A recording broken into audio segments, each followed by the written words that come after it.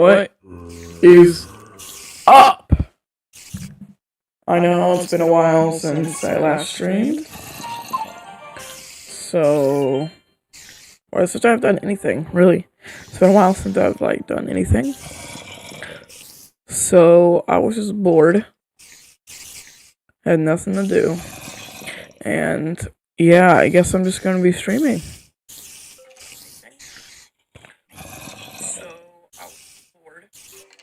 So yeah. Let's get this. I'll be right back though. I'll be right back.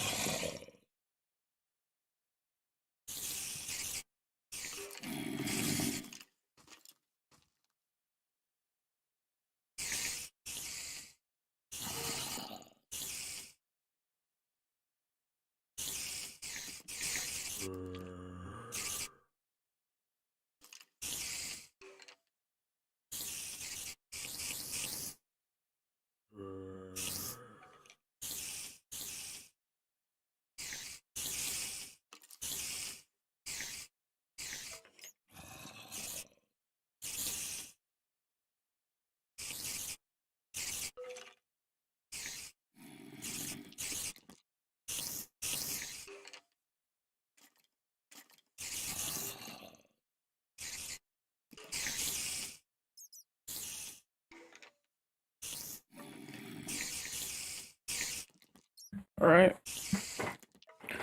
Let's get started with this stream. I've actually been on the server for a little bit now, and this is what I have. So I'm gonna start smelting some of it. This is modded, so it's gonna be fun.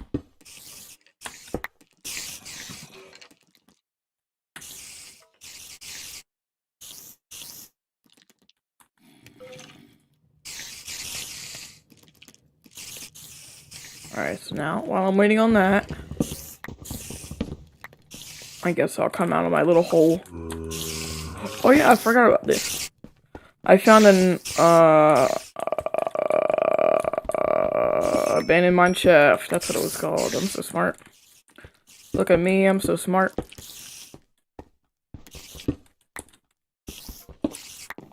Also, my mouse is broken.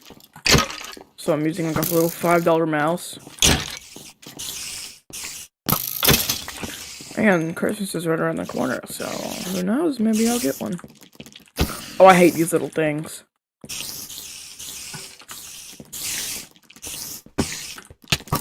Oh my god, I hate everything, I hate everything. Leave me alone, bully, bully, bully.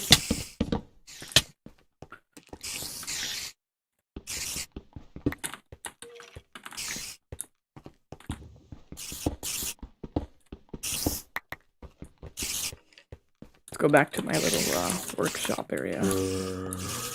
My house is very nice. My house is very, very nice. Oh, I don't even know what to get rid of. Let's get rid of bone.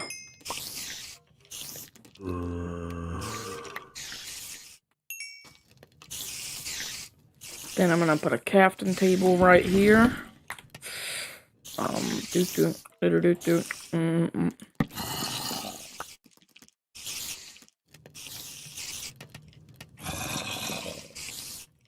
I know I'm gonna keep having to pick those up, but we do not care.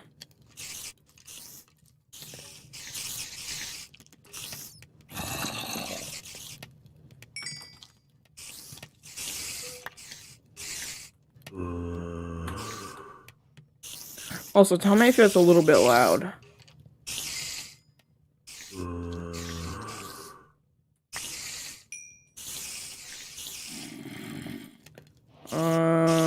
I haven't played Minecraft in a while, so I've been getting back into it though.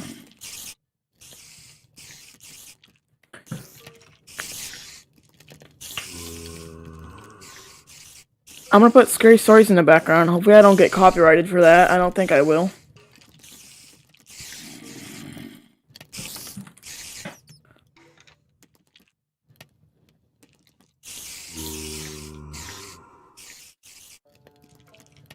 Patients wearing a pure story number 1 after story number 2, and one more ad after story number 3.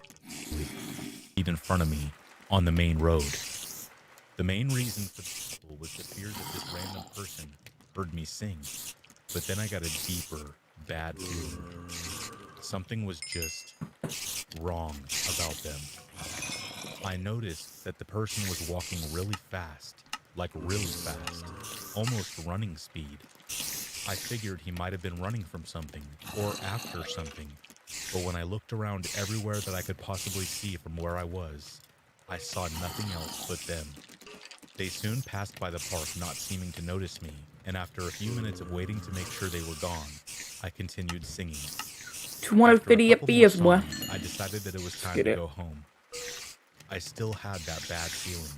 That uneasy pit in I have my YouTube stomach Premium. you get when you're being watched. This should be good, man. I even thought I saw something behind the tree line between the side road and the swings, but I brushed I'm also that gonna make off as another portal. Also, this is Java, deer were really common. So were dogs and things like that. So it was probably I don't know what else to nothing make. I can make like an iron sword or but the feeling something. was eating away at me. So I cut my usual 30-minute to an hour walk to about 10 minutes. So I got up and started to leave the park, turning What do I onto need the to make road. it set up iron? As I was leaving, I saw a person walking. We also have Twilight Forest. We have a bunch of ran mods, alongside the tinkers. Yeah. It looked like the same person as before. It was a man. He must have been visiting a friend or something. Right. Even if that Yeah, I was think I'm gonna make a crossed sword. to the opposite side of the street, so I wouldn't pass directly by him. He didn't look particularly dangerous or unusual. Welcome to the chat. We have one viewer. Creepy homeless-looking man for this story. Poggers. I just had a bad feeling from him, which is probably what makes him even more terrifying. He got to the intersection before me and stopped. I passed by and glanced at the man, taking in what details I could under the moonlight that came from between the tree branches. Dance in the He moonlight. looked normal. He was probably an average height, wearing a pure white ball cap with no logos that casted a shadow over his face, and a pure white polo-type shirt. Alright, step. There wasn't a speck of dirt on the man. He looked well kept, and it made the moonlight almost shine on him like some kind of ghost, which just added to my uneasy feeling. He watched me as I passed by, and I tried to pretend that I didn't notice. I would occasionally look around as if I was just looking at the woods, so I could see the man out of my peripheral vision. I didn't want or need to see the man in detail, partly because I was scared of the possibility of seeing something else too. Just because the man was much larger than me didn't mean that he wasn't probably armed too. Once I was around 15 feet past the intersection, I glanced, and my stomach dropped as I saw him turn and start to follow me. Maybe he was just going for an extra long walk or something. He probably isn't following me, right? Should I just read the spawner? Another thought popped in my head and sent my stomach to my feet. I had been there for probably 10 minutes or so singing after he passed. What if he wasn't visiting anyone? What if he was the thing I saw just beyond the tree line? Did you hear that? That's kind of obvious now that this was almost definitely the case. But let's be fair. When do 14-year-olds ever think through all the details of a situation? Hey, I'm 14. Leave me alone. He was probably watching me the whole time. He could have snuck up and done God knows what at any time. I kept doing my glances and noticed Keep he was inventory getting is off. closer and closer. By the I way. gripped my knife tightly, ready in case I had to use it. The chance of I want to get rid of that spawner! but it was a Leave me alone, please. But I wanted that to be a last-ditch option. I tried to make sure it wasn't obvious I was keeping tabs on him. I didn't want him getting anxious and having to decide to speed up or whatever his plan was. Bum. You're a bum. This was before I had surgery on my ankle, so I was absolutely sure he could catch me before I reached the house if I started running where I was. So that wasn't an option whatsoever. I didn't have many current options, So the one I chose was to bide my time until an opportunity opened up. I kept walking at a rather quick but unpanicked pace, keeping tabs on the man as he paced closer, and kept an eye out for opportunities. And an opportunity came. I saw headlights. A car was rolling towards me at a careful pace, like normal considering the animals I mentioned earlier. It was Jem's dad. I recognized the shape of the lights, and as the car got closer, I became convinced it was him. I hate skeletons so much. I hate them more than creepers. Tiny white car. They're so annoying. I tried signaling Honestly. him without letting them know I was, but he just passed by. They're actually like so He must annoying. have thought I was just saying hi. I glanced back again. Even though he didn't stop, he did exactly what I needed. He slowed down a bit as he passed. The man backed up a lot and crossed to the other side of the road. The headlights were on him. I hear an Enderman. At least for around 5 or 6 seconds. Oh, how is he not dead? Longer, including readjusting to the dark. I walked faster. I didn't run, that way my steps wouldn't be too loud. But I rounded the corner before he would be able to readjust and get sight of me again. Once I could turn and no longer see him, I rushed home and locked the door. I knew better than to leave it unlocked, since after all, I lived in the woods. Just because I couldn't see him anymore didn't mean he wasn't nearby, and didn't mean he couldn't see me. Just don't look at the Enderman and I Even won't if get this hurt. next part is, it's probably for the best that I did it. I texted Jem. I asked her to meet me outside right now because something happened, and I needed to come over. She said okay, and we both went outside, and as soon as I saw her in the driveway, I sprinted to her house. I didn't want to be outside any longer than I had to be. She kept panicking and asking what happened and what was wrong, and once I caught my breath, I told her everything. Right after I got done explaining, her dad walked in the house. He looked at Jem, seeming worried, then noticed me hiding behind her. He looked relieved and told her, "I was about to tell you to ask her to come over here." I asked him if he saw the man following me. He said he did. He didn't really see his face, but that he was trying to make it look like he was on the phone when he wasn't holding anything. But that wasn't even close to the worst part. Wait, why am I picking that I up? think this was the first time I Am I have seen this stupid? man scared, and I am not sure if I've ever seen fear like this from him since. He told us the man wasn't alone. There was a gate at the front of where I lived that needed a card to get in. Apparently, there was another man outside the gate who looked similar to the first, standing by a van. That mean they didn't live there. Didn't want Creepy. security knowing they were there, and wanted to get out quickly and quietly after they did whatever they were there for. Needless to say, I spent the night at Jem's that night, and I have no clue what would have happened had Jem's dad not driven by, or if I would have left at my normal time. Yeah, those always happen in these stories. Those always happen in that story. So, wonder what would happen if yeah, shut up. You would have died, okay? You would have got kidnapped. Anybody who has ever camped up in the Adirondack area of upstate New York knows just how breathtaking and beautiful it can be any time of the year. Last year, I stayed with my 2 family in a viewers. cabin Let's go. in Welcome to the mountains. stream. I had recently split up from my longtime girlfriend, and it seemed like a wonderful place to go to clear my head. I think I'm like At running in first, my theory circles. was correct. It was therapeutic and beautiful being out in nature, Yeah. and it was nice spending some time with my family. One of the really nice things about this cabin was that it was truly separated from any other Dead end. residence. The closest cabin or campsite Uh, was probably Hey, at least one a mile or more away. viewer. This meant we had total. I'm so sad. privacy. Or so we thought. Screw it, I'm breaking the shovel. Probably around 5 p.m., we heard some shuffling coming from the front of the I don't cabin. care.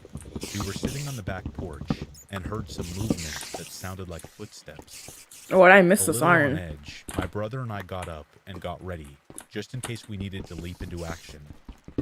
All of a sudden, 2 middle-aged men walked into the back where we Ooh, were old sitting. people, scary. I asked in a very abrasive and annoyed voice, "Hey, what are you doing? Did I help you with something?" The men just looked I'm a pro. and said in a cheery voice, "Why, hello there, young man. My name is Lewis, and this is Tito. We just really wanted to check the view out at this place. We have heard so many wonderful stories. The man seemed sincere, but something just didn't seem right to me.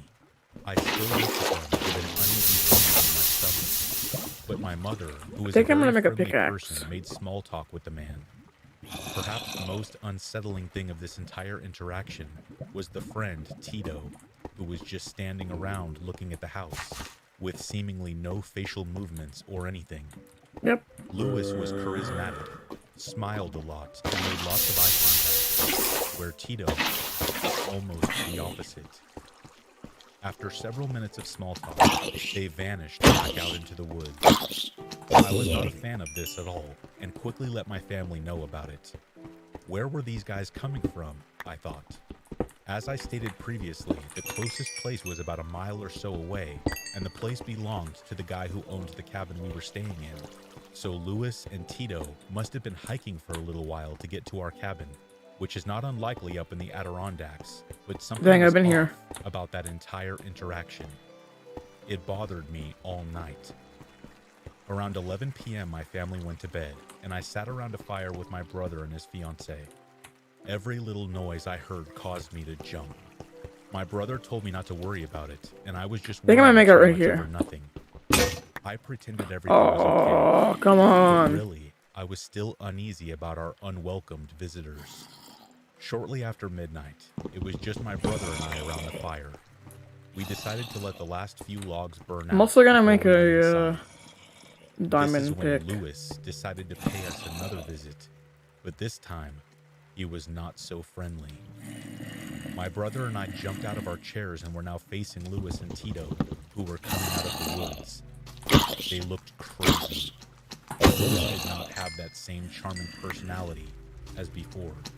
His eyes were bulging from his head, and he flashed his pearly white teeth in an almost drugs. sadistic way. Tito, who was almost a statue earlier in the day, stood next to Lewis, also smiling, and slowly approaching. Lewis started to slowly approach us and said, "This cabin really is lovely. I think we will be staying here now." He reached into his bag as if to pull something out. Tito, who was slightly behind him, was already wielding some sort of bushwhacking sword. Not trying to take any chances as to what Lewis was pulling out of the bag, my brother decided to tackle him. He went down with relative ease. As Tito approached my brother with the sword, I ran over and pushed him, strictly only using adrenaline as my motivator. Both men got up and backed away. Lewis, now standing about 10 feet away, kept saying, "You have no idea who I am and who you are messing with. I built this house. This is my land." After repeating this a couple of times, Tito finally spoke up as well and said in an almost robotic voice, "We shall have our land back. We must wait for the right time." Tito grabbed the shoulder of Lewis, and they both ran into the woods. I don't want to Remember, put it up there. this is after midnight in the woods, so it was pitch black, other than a soft orange light from the dying fire. We put the fire out rather quickly and went inside the cabin and made sure all the doors and windows were locked. My brother and I stayed up all night and basically watched the property to make sure they did not return. I have never been so happy to see the sun in my entire life. Shiver me timbers. The next day, we went to see the property owner and told him about the entire night. He said he had never heard the two names before and assured me that no Lewis ever built the house. The owner who we were renting the cabin from told us that he had built the cabin 10 years ago. So who were these two that claimed they had built the cabin? The owner was kind enough to refund us the rest of the nights we were supposed to stay at the cabin. I know this could have been much worse Nice. for us, That took like no but all things durability. considered, I am very lucky Oh. that I left with no more than some minor psychological damage. Be safe, everybody, and always lock your doors. You never know who could be creeping around.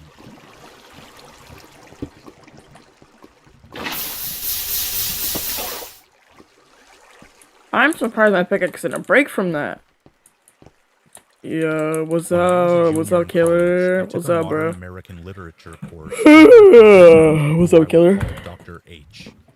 Her class took place right Alright. after the lunch period, so many of her students would come into the classroom looking like they were Oh! ready for a nap.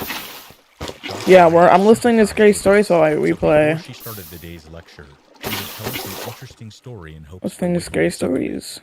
Usually her stories were tidbits about the author we were studying at the time. Oh, I messed it Some up. stories were more successful than others in getting our attention, but there was one story she told that got everyone's attention. She said that the story was a little long, but she thought we would find it interesting because, as she I'm put it, retarded, bro. I'm actually so the devil stupid. is in the details. Dr. H was a senior in college at the time this story took place. I'm retarded. She shared her I'm room with retarded. another senior, who she called S. They had both spent the day reading and working on papers for the week ahead, only breaking once to eat some sandwiches while listening to the radio. About 8 o'clock p.m., Dr. H and S decided to reward themselves with the rest of the night off. Dr. H had a novel that she had been dying to read, while S wanted to treat herself to some cocktails. S told Dr. H that she would only be gone for an hour, tops. She then said in a joking manner, "If I'm not back in 2 hours, make sure the police find my body." S decided to have a cocktail or two at a bar that was popular with her classmates because it was so close to campus. She sat down Yeah. at the bar and ordered a dry martini. She did not notice that she was seated right next to a man until she looked up from her glass and was greeted with a smile. A The man. man So tipped scary. his tumbler at her and said, "Hello." S was immediately embarrassed, especially because there was an empty seat to her right.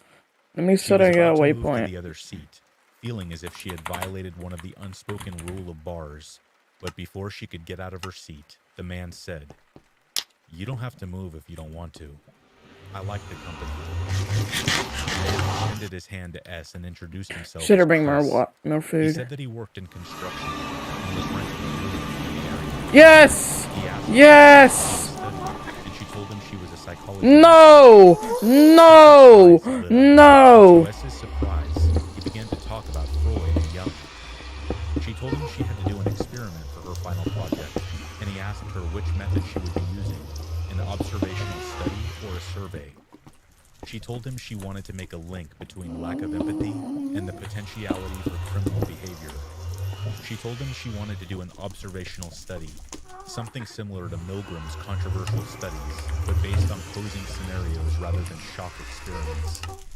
Chris shook his head. "You should do a survey instead."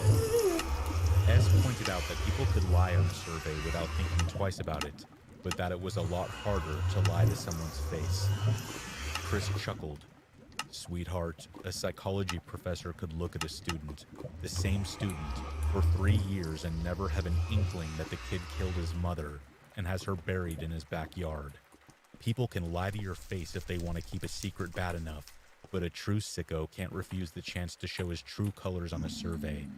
Because Hey, yo, that what? lie What did I start? Whoa.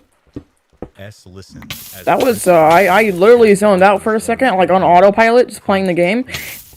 but she had already decided that though Chris knew All I things hear about is, psychology. You could kill his lack of someone, I don't knowledge know. was You beginning can to kill show. someone's mother and then lie to their Nevertheless, face. S still appreciated how passionate Chris was about helping her make the right decision regarding her project. Spoopy.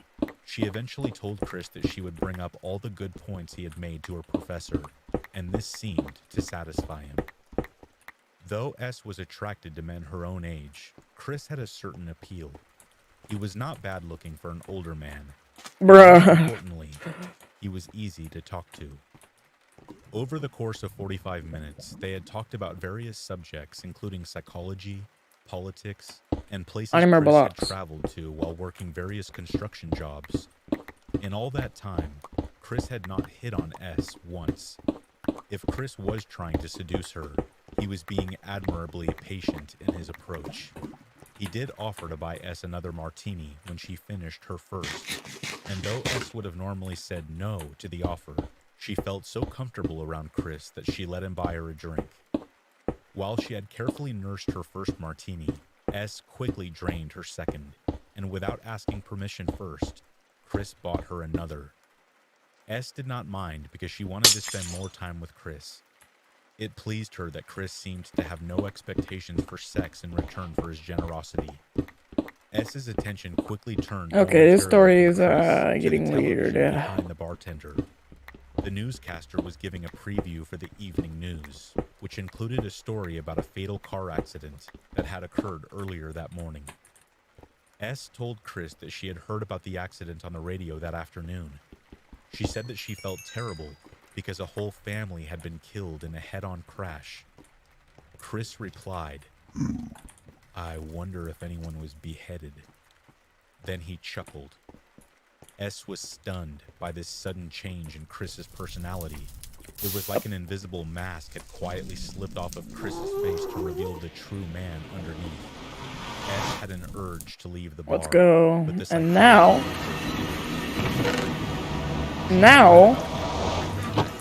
look what I can do. Disorders, but she had never met someone who displayed any of those characteristics before. Any desire that she had to sleep with Chris was now so gone, boom, she bam, he might be an interesting bop, story to share with her fellow but psychology oops, bada S boom, continued to listen bada bop, as Chris boom, started talking pow, in graphic detail and then about some of the accidents boom, he had seen at construction philosopher's sites, zone. including Okay, one guy whose now hand that we was have this, pulled into a cement mixer, we can put and it another in. guy We who can fell 4 stories from grab some scaffolding stone. and wound up in a twisted mess on the rubble below. The whole time he was talking about his fellow coworkers being maimed or killed on the job, Chris was smiling and giggling. What the? Show her disgust, but when Chris followed up on a story of one of his coworkers being impaled Alright, by a piece of now rebar, watch. inviting S to his room for some real drinks, S suddenly remembered that she told her roommate she would be back in an hour. Chris's face was suddenly indifferent, not angry or sad, but more cold than expecting. Now Most we men have tried to turn on the charm in hopes this. of salvaging the night with a potential Now contest, I can but Chris basically had have walked into infinite the things that had just walked into the bar. as long as I have EMC. S said goodnight. So I could just Chris put gave her a everything in wave, here, but said nothing. and When then S finally arrived, now I have all of that S researched. apologized So for being now late. I'm gonna She research told Dr. everything. H that she had been talking with a man. Dr. H smiled at the news and said, "So, what was he like?" S replied, "He was interesting, but not in a good way." Early that morning, Dr. Oh, H you can't was research woken up those? by a pounding sound on their door. She heard the RA shouting on the other side of the door, "Wake up! The campus is on lockdown!" Dr. H had to shake S awake. They went outside to the hallway and saw the other occupants on the floor standing in nightgowns and pajamas crying, whispering, or just looking dazed and confused. The RAs looked panicked and they spoke to each other in whispers. It was a school Dr. H shooter. learned through the various conversations that multiple girls had been brutally attacked on campus just minutes ago. Police believed that the killer could still be on campus. No one in that dorm at that moment knew the extent of what had just taken place.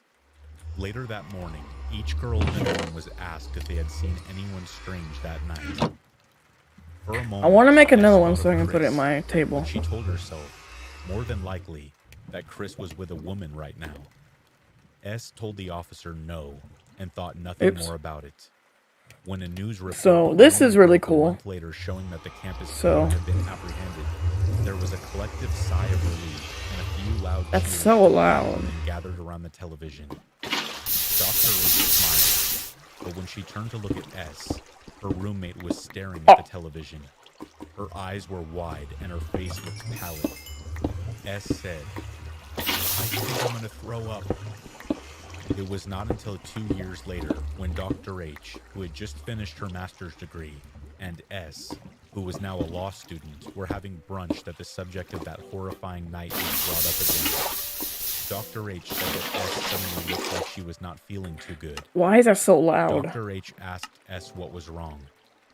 There was a pause as S took a sip of her orange juice. Dr. H could see that S's hand was shaking. S finally spoke. "That night at the bar, if Chris had asked me to go to his room 30 minutes into our conversation, I would have gladly gone."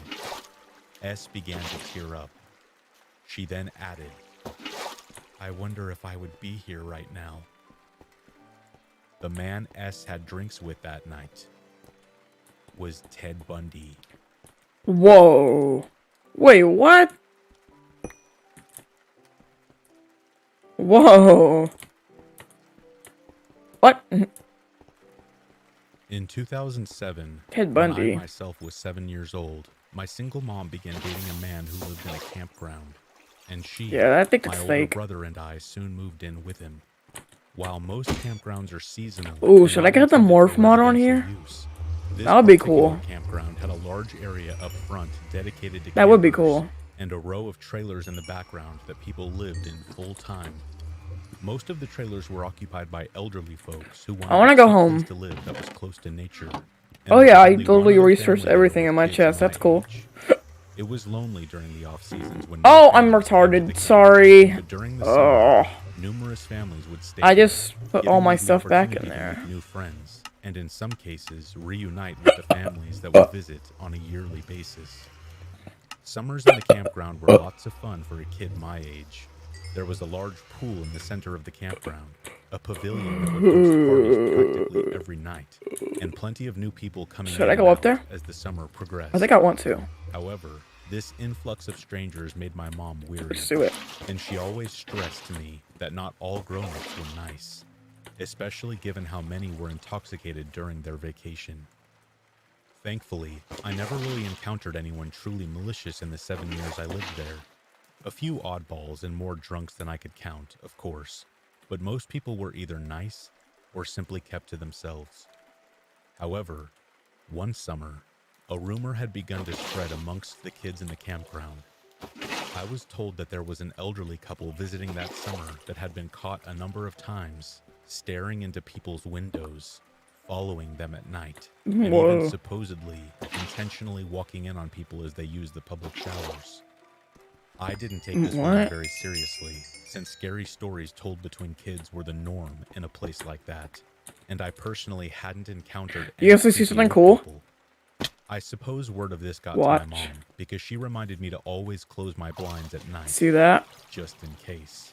That was Since she awesome. began to take it seriously, so did I, until the nights became unbearably hot, and I began keeping my window and blinds open at night in order to let cooler air into my room.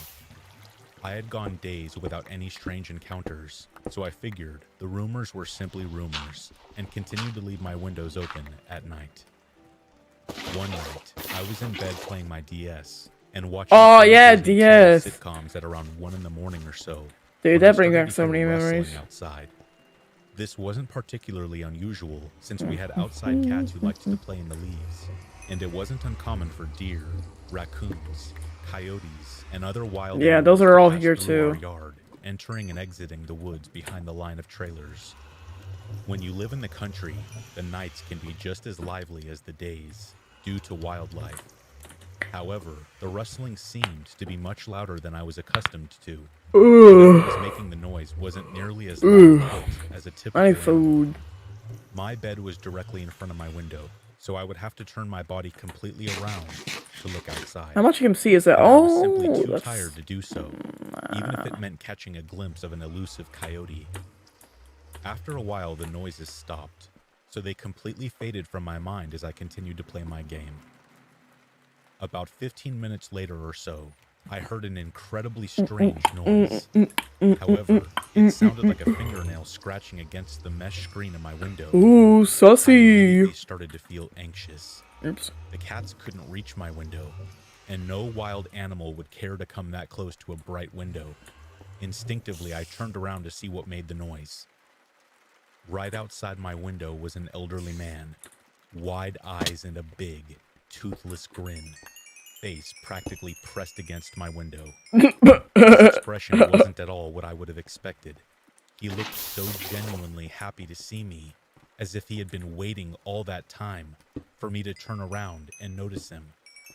Instead of screaming for my mom or my brother, I froze up, just staring at this face in my window for what felt like minutes, but was probably more like seconds, before I grabbed the blinds rod and rapidly twisted it, closing my Someone blinds keeps and going drawing my on the blankets stream over and my leaving the head. stream. I remember trying to take Fun. shallow breaths, as though I were afraid he would hear me, despite already having seen me. Ooh. I tried to convince Welcome myself it was to just the a cream. hallucination, or maybe even my own reflection distorted, but I knew that what I saw was real.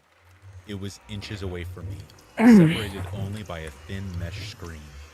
Yo, At that some nether point, I portal must was have fallen scaring asleep, me. because as soon as I woke up, I rushed to tell my mom what had happened.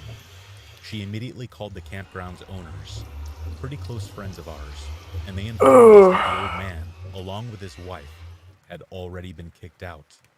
Apparently, after I closed my blinds and shut him out, the old man went to another trailer with an open window, one belonging to one of my neighbors who was also still awake.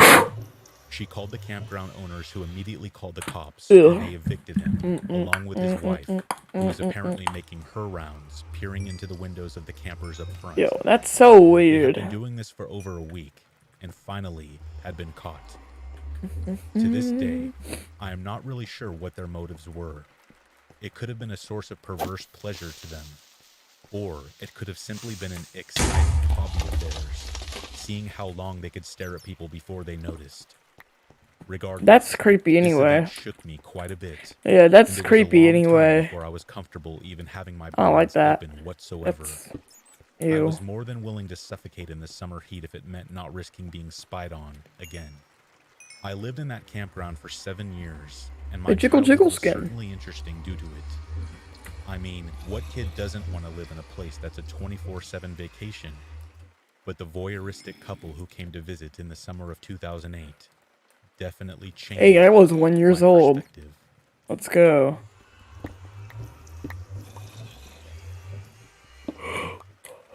I'm skilled at the game. Trust. Alright, so let's get home. Home. Let's go. Well, welcome to my house. This is my house. I built this all in survival. With a creep who insisted, with a very vicious persistence, that I wear the party hat that came out of a bonbon I shared with him. For those who don't know, a bonbon is like a party cracker that two people pull from each end and break Oh open. yeah, I've seen those. They contain a small trinket like a whistle, balloon, party hat, etc. I knew hardly anyone at the party except for my wife's immediate family, which totaled 4 people. There were about 20 people gathered. After dinner, dessert was served, and along with it some festively decorated bonbons. I was seated next to a man of about 30. Alright, now He what I looked want to do relatively now normal, except is he hadn't touched turn a drop off. of alcohol the whole night. I want to And as turn far as I off could tell, he was my nursing the vein same miner. ginger beer I saw him with when I first There walked we in. go. So now, Apart from exchanging a I friendly will nod when I sat next to him, mine all of we had the not oak said a word thingies. to each other. Then the bonbons came out, and I suddenly found myself being presented with one end of it by him. Other guests were already pulling theirs And now apart, so I that obliged should and pulled look my end. better. A small folded square of paper flew out and into my lap. Yeah, It was a party hat, that looks decent. purple, shaped like a crown, and made from what looked like tissue paper. I laughed and offered it to him. He stared pointedly at me, really cold, hard eyes. "Put it on, mate," he said. It sounded more like an order. I instantly felt awkward and didn't know whether to laugh at his reaction or not. I excused myself and told him I'd give it to one of the kids, as it was clearly far too small to fit on my head. He did not like this answer. "Hey, come on, it's a party. Just have some fun and put the hat on." He was visibly angry when he said it. My I want to awkwardness sort peaked my to an chest. intolerable level, and I told him I'd go find one of the kids to give it to. I found my wife and asked who the guy was. She said she didn't know him, but knew his name was Jono, and took the hat from me. I saw he wasn't seated at the table anymore, but was mingling about the room talking to other guests. But as he was talking to them, he would look over at me and even point me out and say something to the person. They looked confused and a little creeped out themselves, by the way. He was making a gesture like putting a hat on, too. Then he would screw up his face when looking at me. A little later, I was having a small talk with my wife's brother-in-law when Jono came out of nowhere and said to him, "You see this guy here?" He looked disgustedly at me. "He wouldn't even put the hat on. It's New Year's Eve and he wouldn't even have any fun." Her brother-in-law looked really confused and sort of just steered the conversation back to ourselves while trying to ignore him. As Jono left our chat, he said to me, coming in close to my ear, "You'll wear that hat, even if I have to put it on your dead head myself." Well, when someone says something like that, what do? The whole rest of the evening was spent in nervous anticipation. You spank him. Run-in with Jono. You spanked He them. was still there, of course, watching me. From Actually, he inside might the room, or the find other. that as pleasure. Sometimes he Ew. would grin and make a weapon with his finger and go bang, bang, bang, silently from across the room. I did, however, come face to face with him again that night as I went to the toilet. It was occupied, and I stood waiting by the door. I heard the toilet flush, and then the door opened. It was Jono. He looked me up and down, then put his arm across the door frame. "Sorry, only for people who wear party hats." He looked defiant, psychotic, and very dangerous. Then he laughed and removed his arm. A few moments after I had entered the toilet, there was a massive bashing sound on the door. The door shook on its hinges. Once, twice, then one final time, which knocked the door handle off completely.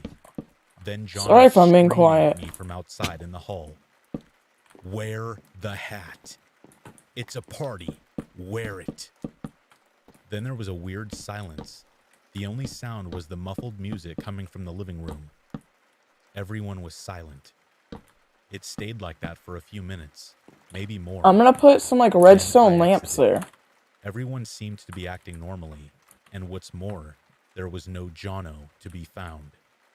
One guest, Okay. I didn't know their name, asked me if I had heard the guy banging his head against the toilet door, and I wasn't going to stick around to see if he was still there. I grabbed my wife and made an excuse to leave, and we got out of there. But it didn't end there.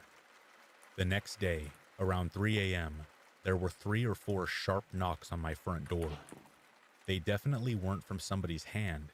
Sounded more like a hammer or something heavy.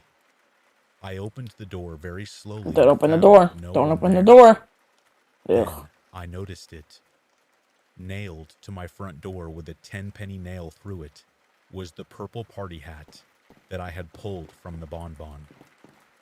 We cut our holiday short and flew home the next day. 1, 2, 1, 2, 3.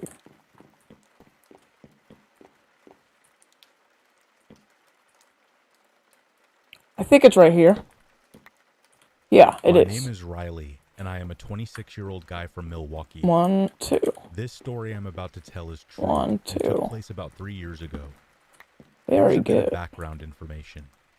It was late summer, probably early September, and a group of my friends and I decided we wanted to go on an urban exploration. This was something we had done often in some of the more run-down areas of Milwaukee. Usually it's northern. That's Hawaii. I'm not sure. It was pretty risky stuff because of the area's history of drugs, gang violence, and squatters. However, we were always very careful in these situations and had pretty good luck with never running into Conveniently, I any have a crazy torch. people. That's not how you do You could it. say we were just fascinated about what was inside the buildings, and it gave us a bit of a rush. The night we left, there was a small group of us going. 5 in total. It was me and my friends, Jamie. Would a lever look better? I don't know. How did you make a We were lever? all relatively the same age, except Ty, who was 29, and had gone to the same high school in the suburb of Bayside. Oh, that where makes we had sense. lived. My friend Jamie was the only girl going, and also happened to be the one who would drive us there, because she had a large SUV that could fit us all. She also happened to be Kevin's girlfriend at the time. Anyway, Alright, well, we'll look we better. drove up to North Milwaukee, past some very bad neighborhoods and many run-down buildings. Just gonna The grab 10. location we were going to was an old elementary school that had shut down back in the late 90s. We had learned about it through an Urban Explorer Facebook group and managed to get in contact with a guy who had been there twice. He told me that the building was quite large. Please tell me it actually and had drops. 3 floors as well as Oh. a basement floor that was completely destroyed due to flooding and exposure. He said that it still had a stage down there where the little kids would perform and play. Yeah, it is in 10. musicals. Let's go. I'm so I also smart. remember him telling me Can I get that an Eggy these were Smart in the... costumes the kids used to perform in. Can I get They it? also warned Wait, me am I that there was a stupid? lot of black mold 1, and 2, 3, asbestos. 4, 5, 6, 7, 8, Nonetheless, 9, we 10, parked 11. in a Oh, large I didn't see parking lot these back behind the here. school that at one point was a Okay. busy plaza, but was So let me virtually grab 2 empty more. now and was extremely cracked and had weeds growing all across it. We approached the back fence that separated the school playground and the lot. Most of the playground Did I not equipment learn was that? broken, rusted, or missing. We all walked together to a small opening in the fence by the swing set that would just allow you to get through if you were careful enough. Alright, I'm gonna try the redstone torch Kevin first. stood at 6'5" and weighed about 230 pounds, so he knew he couldn't get through. It didn't matter, because we wanted one person to wait by the car so it wasn't broken into, and keep an eye out for cops. I think we're or gonna have to weirdos go who with came in after levers. us. However, Jamie sort of chickened out due to the weather and wanted to wait with Kevin, so we let her. Ty, Vin, and I got through the fence relatively easily and made our way across the playground towards the back doors of the school. Along the way, I noticed a no trespassing sign a few feet away from the fence, but quickly pushed it out of my mind. That does There not was look very once a good. chain on the double doors that kept people from entering the school, but someone had cut it long ago and kicked it off to the side where it laid coiled up and rusted. Okay. I know what I'm Now, gonna I'm do. going to talk about the weather that night because I think it adds a lot to the story. It I was don't know in what the to high 80s, but it felt much higher due to the humidity. In the distance, I remember there were large storm clouds, so I knew we had to hurry with the exploration. Vin had brought a camera with him, and Ty was recording with his cell phone and had a flashlight app open. Yeah, I'll keep it. We never ended up needing the flashlight because enough light was trickling in through the broken ceiling and busted windows. As we entered, the door opened with almost no noise. I have my gamma up, but so the I can't floor really was see. covered with pieces of broken ceiling, paint chips, trash, and dust. I mean, it's cozy, The I air guess. smelled very wet and musty. The temperature inside felt much hotter Yeah. and more humid, but we just wiped our foreheads. Alright, and let's go held our water sleep. bottles Let's in go our sleep. hands. We looked around the floor, which was the Ooh, ground floor. that's the first time I about actually 15 slept. minutes before we decided to move to the second floor.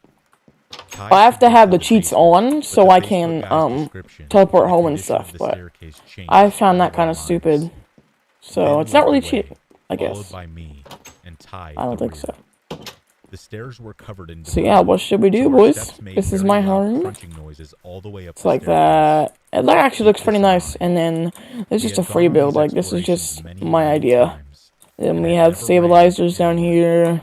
except a very nice homeless woman And and yeah. her dog many I want years ago to who make told us to a stay off Twilight drugs. Forest thingy. You could say we were overconfident and had our guard Like, down. let's see. We reached the Let's see. second Let's floor, see. which Let's had many more see. classrooms than the bottom Let's floor. see what's in Twilight Many of Forest the that I rooms were want. completely trashed, either due to the weather or vandals who had come in. Twilight door. The Oh, desks okay. laid all over the floor, either broken or knocked over. Most of the windows were boarded up or broken, and graffiti covered almost every inch of the building that we had seen. However, some rooms were spared, and looked as if the students who once sat in them had just vanished into thin air, while nature slowly took the building. Many of the desks still had supplies in them.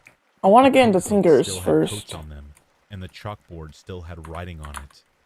Ty even found a desk plate with a teacher's name on it. It read, Miss Johnson. After we What I walked over want the to do desk. though is I look eventually found a for folder in one of the desks that belonged slime to a kid stuff. named Tiana. I There gathered it that is. she was a girl who was in 4th That's grade not and it. even saw a date on one of her old assignments that indicated it was from February of Here it is. 1999. So Many of the rooms that were in better shape had things Yeah. like this, so we eventually got bored we're gonna and get decided a it was time to piggy move on. backpack. That's cool. As we approached the staircase to the 3rd floor, And we have this. I had a strange feeling in the pit of my stomach. The kind of So feeling I'm you gonna get look when up. you think someone is about to jump out and scare you any minute.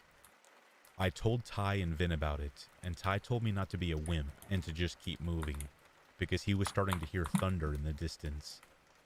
I noticed that it Perfect. was starting to get cooler. I in the building, wanna, and by it the was end of much this, easier to I wanna breathe as try we walked up to the to 3rd get floor. this stuff. It was this here where we stuff. would run into a strange and frightening situation. What are the I settings? noticed that the 3rd floor of the school was different from any other floor. The floor had much more trash on it, trash that appeared to be fairly recent. A lot of the old furniture was put in the back part of the first hallway. Oh, there we go. And piled Yeah. very high. All I know is this is gonna be Ty very said hard to something get. that for whatever reason gave me a cold chill up my spine. He noticed that the floor was not nearly as dusty and had fresher footprints than any we had seen earlier. So I want to make these. We walked for a few more minutes, and I could tell that we were very nervous. I need this one too. Just This before we costs so reached the much hallway with a EMC. lot of I'm not even gonna have I nowhere decided to near keep enough checking to get see if all there of was any this. strange activity I'm just outside. trying to go. I'm just He gonna go replied within mining 10 seconds and said that it looked normal. and see if That I it was going can to get rain some. any So second. what I'm gonna I told him do to stay is I'm focused gonna and get one of message me if these. anything odd happened. This isn't We looked that through many of the old expensive, rooms and right? found It's not nothing that expensive. but trash, So old I need furniture, and to get rubble. sand. I don't think I have One of any the rooms Vin had sand. walked into had half of its floor I know I have gunpowder, He so was lucky that I'm he gonna go saw get it some when he did. sand. A few more minutes went by, and I heard Ty say, "Dude, check this out." Me and Vin walked over to him and saw that Bro, he was I holding lagged, back I full lagged, I of lagged, I used lagged. syringes. The needles looked very old, and the plastic Ziploc bag holding them was torn and tattered. I told him to drop the bag before he got hepatitis or something. We all sort of chuckled and continued to walk down the hall toward the furniture pile. We noticed that behind this pile was a staircase that was completely filled with old shelves, chairs, and tables. To our right was a large room that was relatively clear, but had mattresses scattered about. There were a lot of cigarette butts laying on the floor, and an old rusted oil drum was in the middle of the room. That's Vin creepy. said that the room used to be a library because of a small plaque he had seen above the doorway. It made sense to me why there were so many shelves and chairs piled up right outside. As we got closer to the far end of the room, we examined the mattresses. There were about 5 of them, and they were all very dirty and torn up. Some had No, disgusting really? looking stains and had horrible body odor smells to them. Vin noticed a small stack of dirty magazines by a bed on the farthest side of the room. We all got a giggle out of it. The room had 2 large windows parallel to each other, but they were boarded up and allowed almost no light into the room. I'm making like a little like canal, As we you got to the know. back of the room, we heard the sound of music being played. All of us froze in unison as the door swung open. There was a man at the entrance of the door. Oh man. The look on his face told us that he was not happy that we were there. He was average height, had a shaved head, and a short, scruffy beard. He wore a faded brown shirt and some old white basketball shorts. His shoes were white at some point, but now they had a stained brown look to them. He was a white man. Oh yeah. His whole body was covered in a thick layer of dirt. I will never forget his eyes. They were a very pale blue and looked like the eyes of a wolf. However, at the same time, I noticed the man behind him, who gave me chills. This man never once stood up and sat on a lawn chair with his left shoulder pointing towards us. He turned his head to look at us. The man had bright pink hair, tied in a ponytail, What's up, buddy? and appeared to have no teeth Oopsie. at all. He looked very Oh, watch skinny, this. and his skin looked tight and pale. Oh! His eyeballs bulged You see that one? slightly and gave him an even more frightening appearance. He wore a white Bulge. t-shirt and black shorts. This man never once Funny said a word. to us.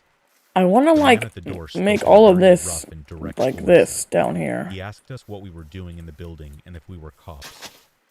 Ty answered first and told him that we were just documenting the old historical buildings in the area and that we had no intention of bothering anyone. The man appeared to relax more and asked us how long we were wanting to stay. I jumped in and told him that we were just about done and that we had to head out before the weather got bad. The man lit a cigarette and asked us if we wanted one, but we all declined. He then offered to give us a tour of the building, but we all quickly and in unison said no to the offer. The man's demeanor changed again as a dark and angry look fell on his face, almost as if we offended him by refusing the tour. He eventually like chuckled and storage. said, "Okay." He introduced himself as Walter and said the pink-haired man was Ronnie. Oh To my our god, surprise, Ronnie. The man cupped his hands as he hollered out quite loudly for someone named Marty. There was no reply, and the bald man said that he must have gone to go number 2 somewhere. As we talked for a few more minutes, I took out my cell phone and saw that Kevin had messaged me several times. The messages said that a man had walked into the building about a minute ago and that we needed to get out of there as soon as possible. Bruh. The man asked us how many of us there were altogether.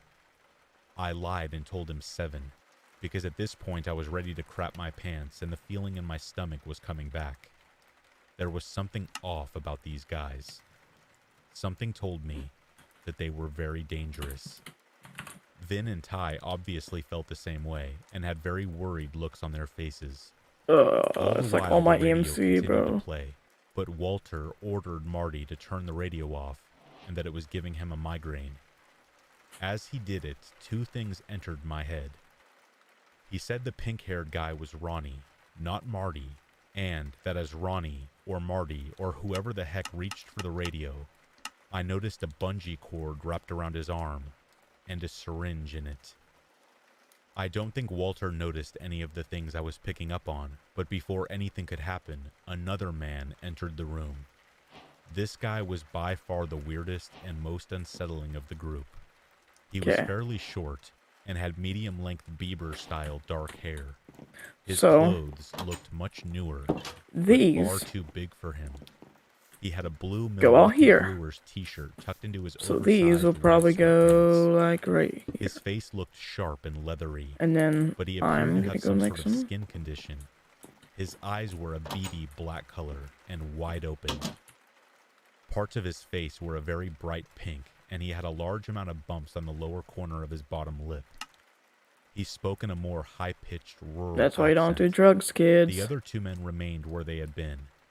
Walter in the doorway, and Marty or Ronnie in his chair. The new man said that his name was George, and that he was very interested in Vin's camera. He asked what kind it was, where Vin got it, how much it cost, and why he had it. Vin explained that his hobby was filming videos and that he would often photograph at weddings and other events. This was all true, and the man immediately perked up and smiled. The kind of smile that gives you an uneasy feeling in your gut. No, really? Who didn't make a crafting table? Would be how the Grinch smiled in the old animated movie. As creepy as that was, this is when it gets really creepy. Alright, let's hear this. He asks Vin if he has ever recorded any little girls' beauty pageants or stuff along that line. Vin told him no, and the man genuinely looked disappointed. He went on to say some more creepy stuff about how hot the girls in these pageants were, and that he would die to be able to be alone with them. Our faces told the story of how we felt hearing this, but the man seemed oblivious. He asked us all if we had any kids of our own. Ty slipped up and told him that he had 2 twin girls who were 2 years old. The man giggled in a very creepy and cringy way. He then asked Ty if he ever left the girls alone by themselves, or if he had a babysitter. Ty told him that he and his fiancée watched the kids the majority of the time, but would occasionally have with them if they could not. George asked Ty if he had any photos of the girls. Ty showed him a few on his phone, and the man asked a very strange question. He asked if he would allow his daughter to date a guy like him. By this point, I'm sure Ty wanted to drop this creep, but he also knew that the other 2 were behind us and could possibly have knives or something else. So instead, he said he would have to get to know him more. The man giggled again and said that he could get to know them when he babysat them. The tone of his voice still gives me chills.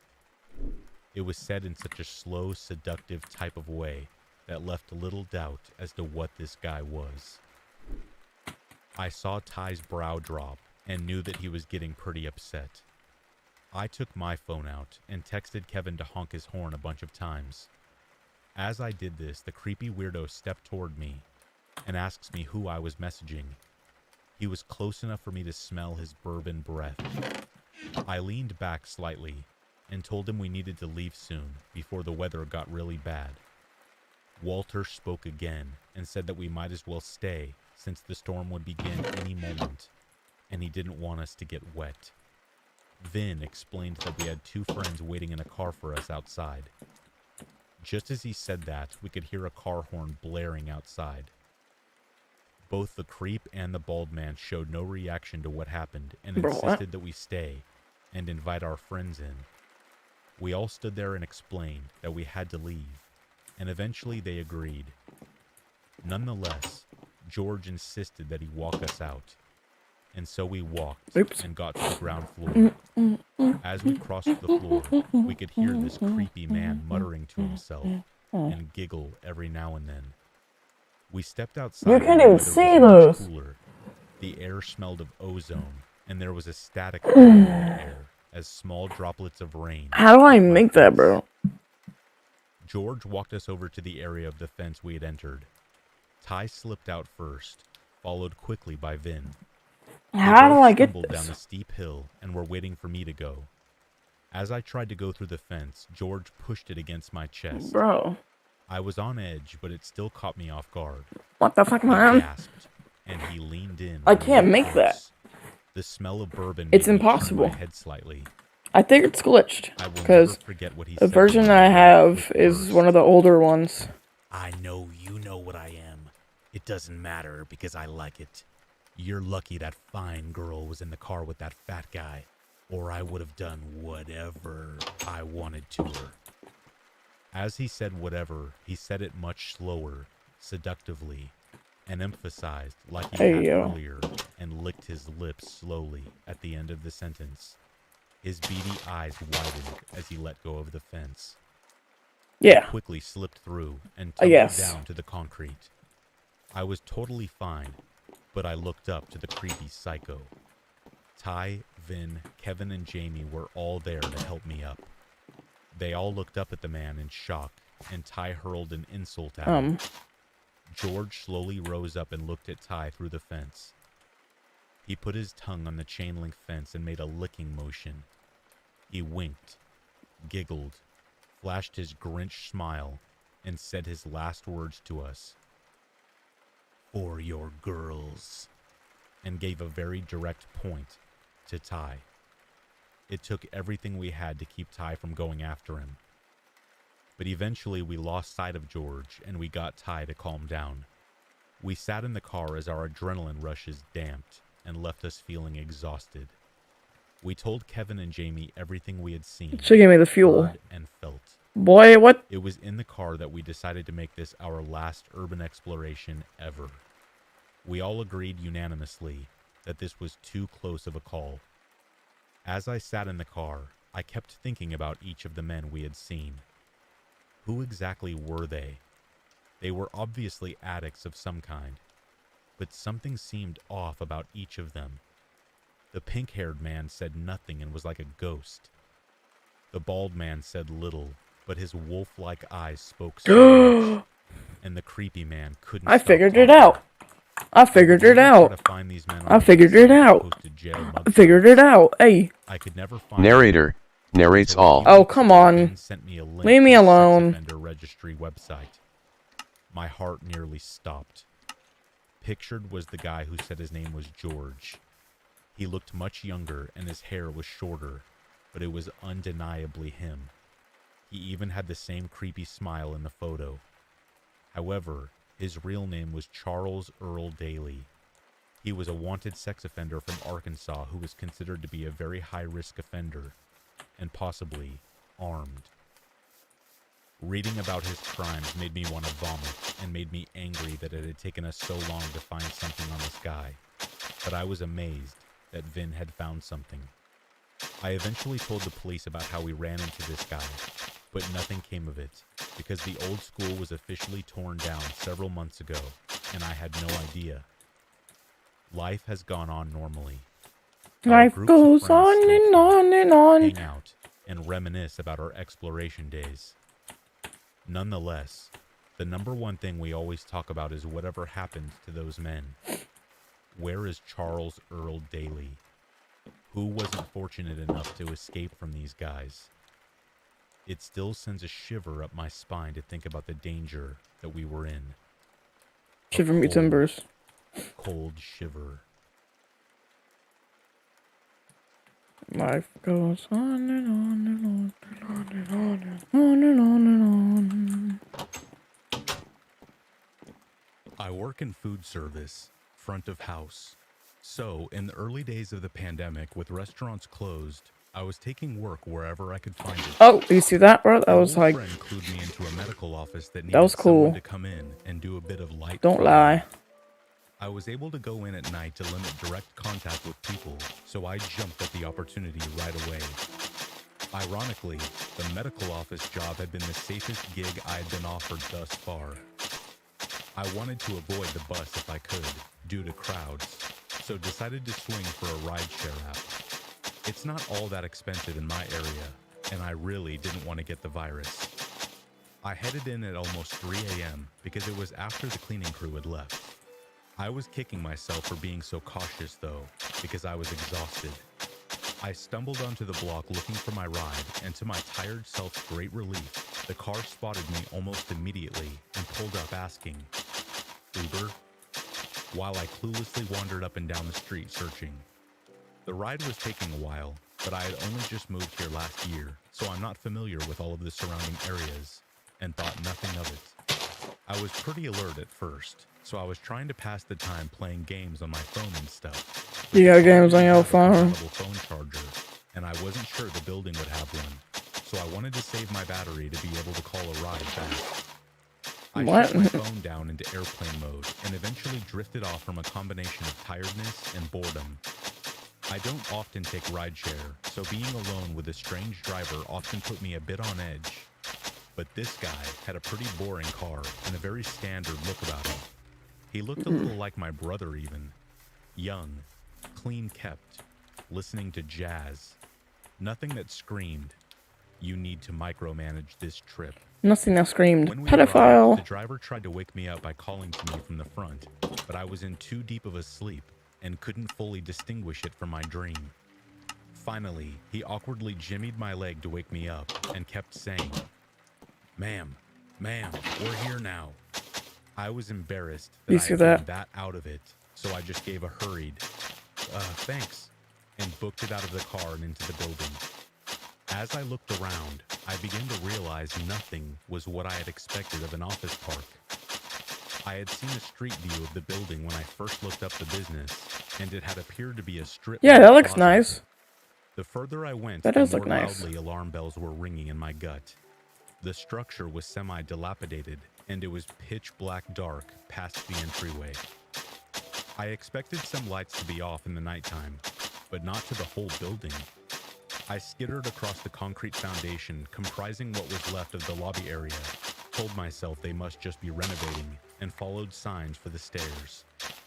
After what felt like ages but was likely just a few minutes, all I had passed was construction equipment, a couple locked doors, and some smashed windows. I was certain I was not going to find a medical office and figured maybe I'd mixed up the address. I took out my phone to double check, but once I got it out of airplane mode, I could barely get a signal. I kept moving around in the building, pacing, looking for a stronger signal. I eventually confirmed in my texts that I had written down the correct address just by scrolling back, which didn't require service.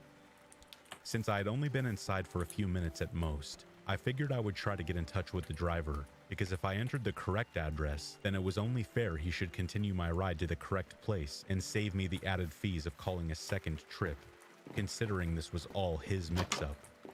The app was taking forever to load with my slow service, but before I could get to a cloud of reception, I heard a rustling sound in the lower level of the building. I was on the top floor, and the only stairwell I was aware of was the one I had taken up, so it would force me into the middle of the building. There was no way to exit the situation without encountering whoever was Looking downstairs. nice. In an abandoned building in the latest hours of the night, I figured the chances were high that it was a tweaker, and I had no desire to try slipping past a tweaker, especially when it was late enough that they were probably on something. A tweaker, for you guys who don't know, is my address and a request a drug addict. 911 to help get me from the property, because I didn't feel safe walking in that neighborhood at night and didn't have enough reception. But the message wasn't sending.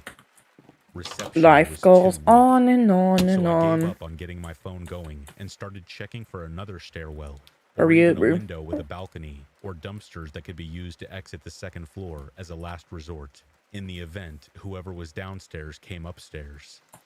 I scrambled over to a door with a stairs sign on it, but the stairs were completely dilapidated, and it was essentially just a straight drop down to the first floor. At that point, the worst case scenario began to unfold. I heard whoever was downstairs begin making their way up the stairs. How did I get all the way up I thought here? fast and figured based on my walk, the floor was basically a giant loop, so I would have to wait for whoever this was to come up the stairs. Wait for them to come all the way up, and then sprint the opposite direction of wherever they were going, and try to get down the stairs and out of the building in time to make it to the road without encountering them. I was not anticipating being chased or anything, but didn't want to piss off a druggie or have a homeless person who might have been living there feel as though I had trespassed and become hostile towards me, or have any sort of interaction that could possibly occur at that hour in an abandoned industrial park. I held my breath for what felt like 5 minutes, but was likely closer to just 30 seconds. And the person appeared at the top of the stairs. Perfect. To my great relief, it was just the Uber driver. I figured he had come back for me, realizing he had left me in the wrong spot, a place that could have worked out to be dangerous. So I came out from the beam I was hidden behind and started to wave him down. But then I processed there was no way for him to realize this had been the wrong address. My stomach lurched forward and my blood chilled to slush. How do we get I that? made eye contact with him very briefly, and he was completely calm and composed, but breathing pretty heavily and blocking the stairwell down. Does it have to keep On a going? normal, rational day, as an outside observer, I could think of a dozen innocent reasons he might have returned. But in that moment, standing across from him, I just knew in my gut that this was someone with ill intent. I can't remember much more from the ensuing few minutes.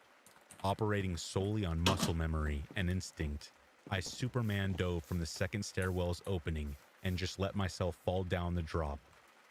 Thankfully, I don't think he had seen where I had gone at first, and though I was in too much pain to know it then, plenty was bruised, but nothing was completely broken. I scrambled up and threw myself at anything that seemed like it could be the door. It was too dark to tell. I was disoriented from the fall, and I wasn't in a calm enough mindset to think to use my phone flashlight. Plus, Wait, in what? hindsight, Oh. some part Oh, of me I opened to probably didn't land. call too much attention to my location. Just before I was able to reach the door, it flew open with a blinding light, beaming straight into my eyes. My first thought, though not totally coherent, was, "There's another one of these guys," and I stumbled backwards, trying to find something to hide behind. Before I could, a voice called out, "All right, this is the police department. Everyone get on your knees with your hands in the air." I didn't believe it was the police at first. I was in such a fight or flight mode and had already committed to flight that I continued looking for ways to get out. But he kept shining the flashlight right at me as I teetered around, and he yelled, Yes! "I said get on the ground. Right now. Hands out. Hands out where I can see them." He sounded so authoritative that I just automatically did exactly as he asked. He approached me and finally shined the light away from me.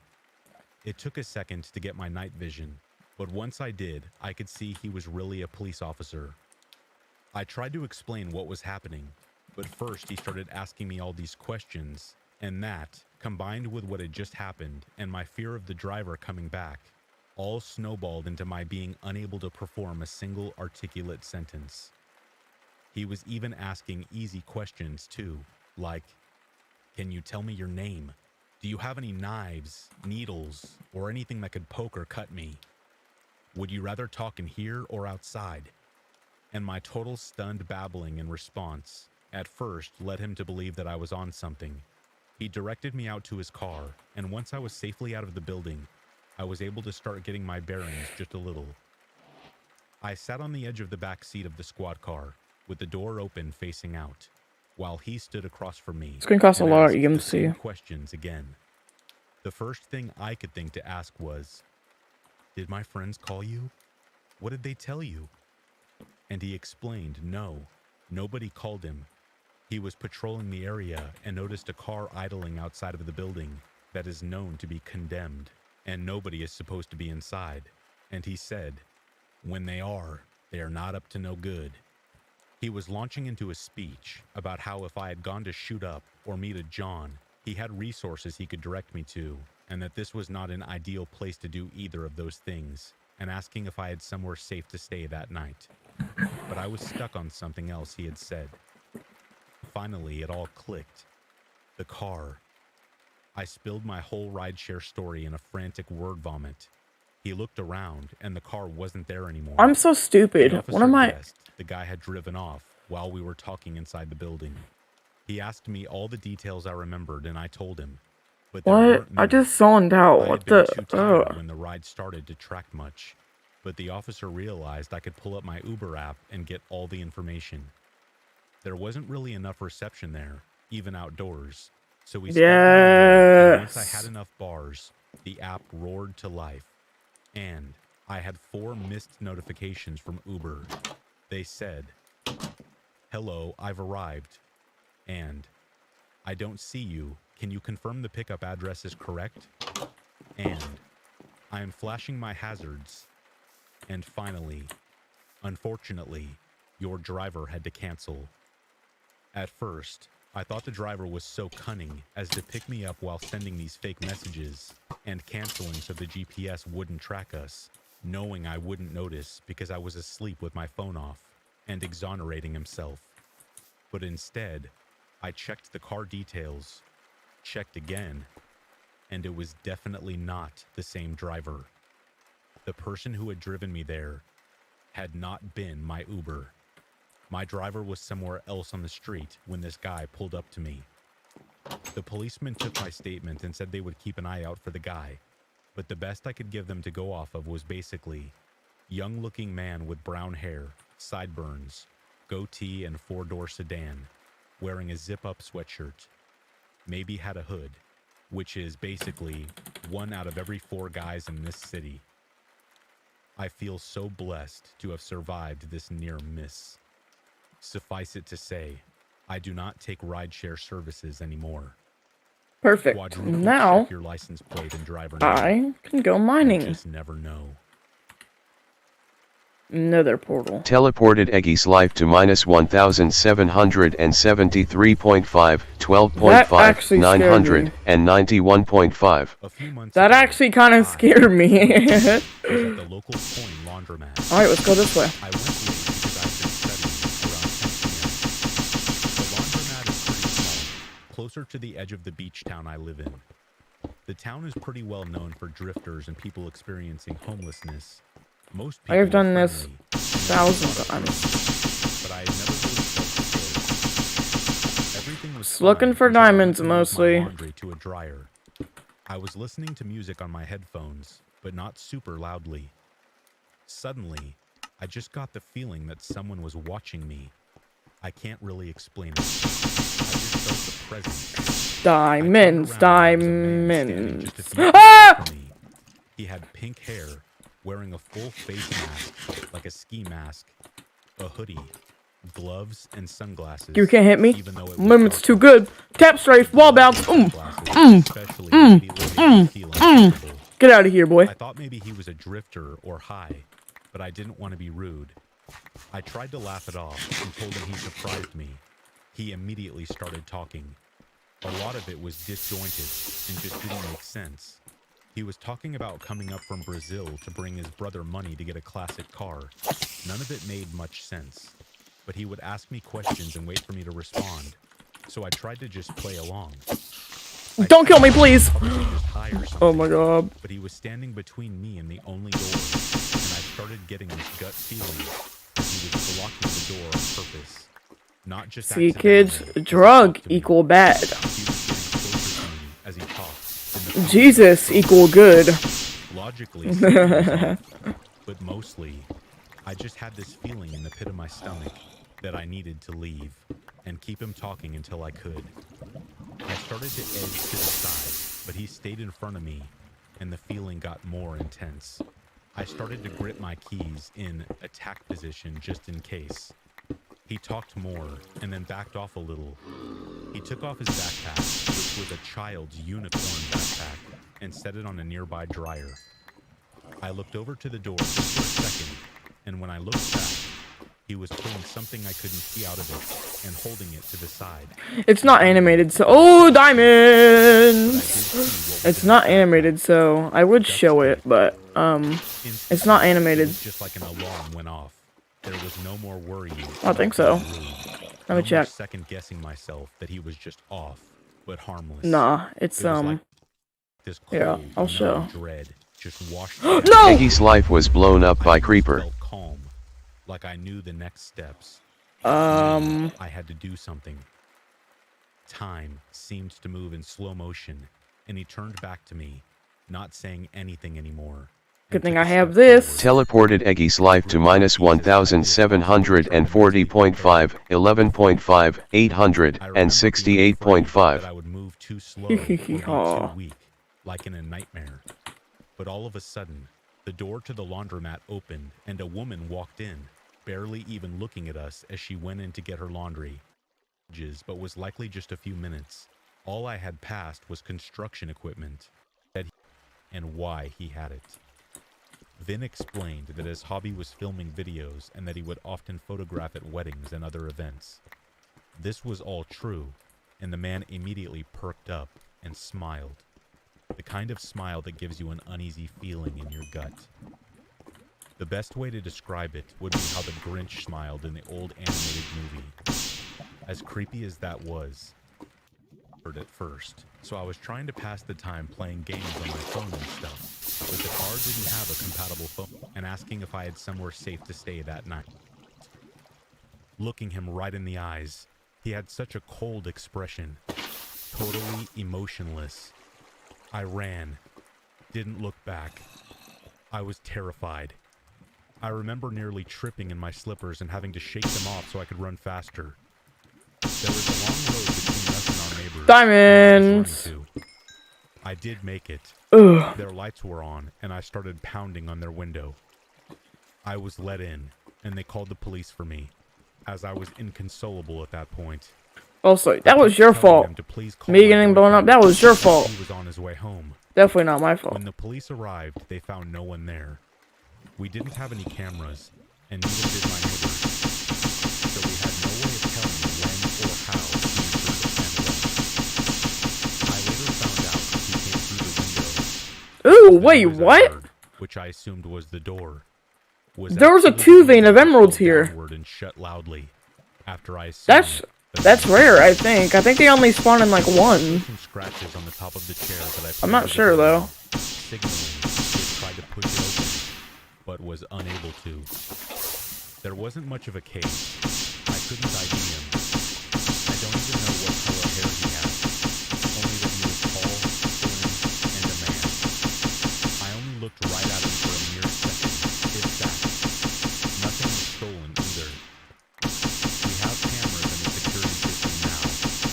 Never making that mistake ever again.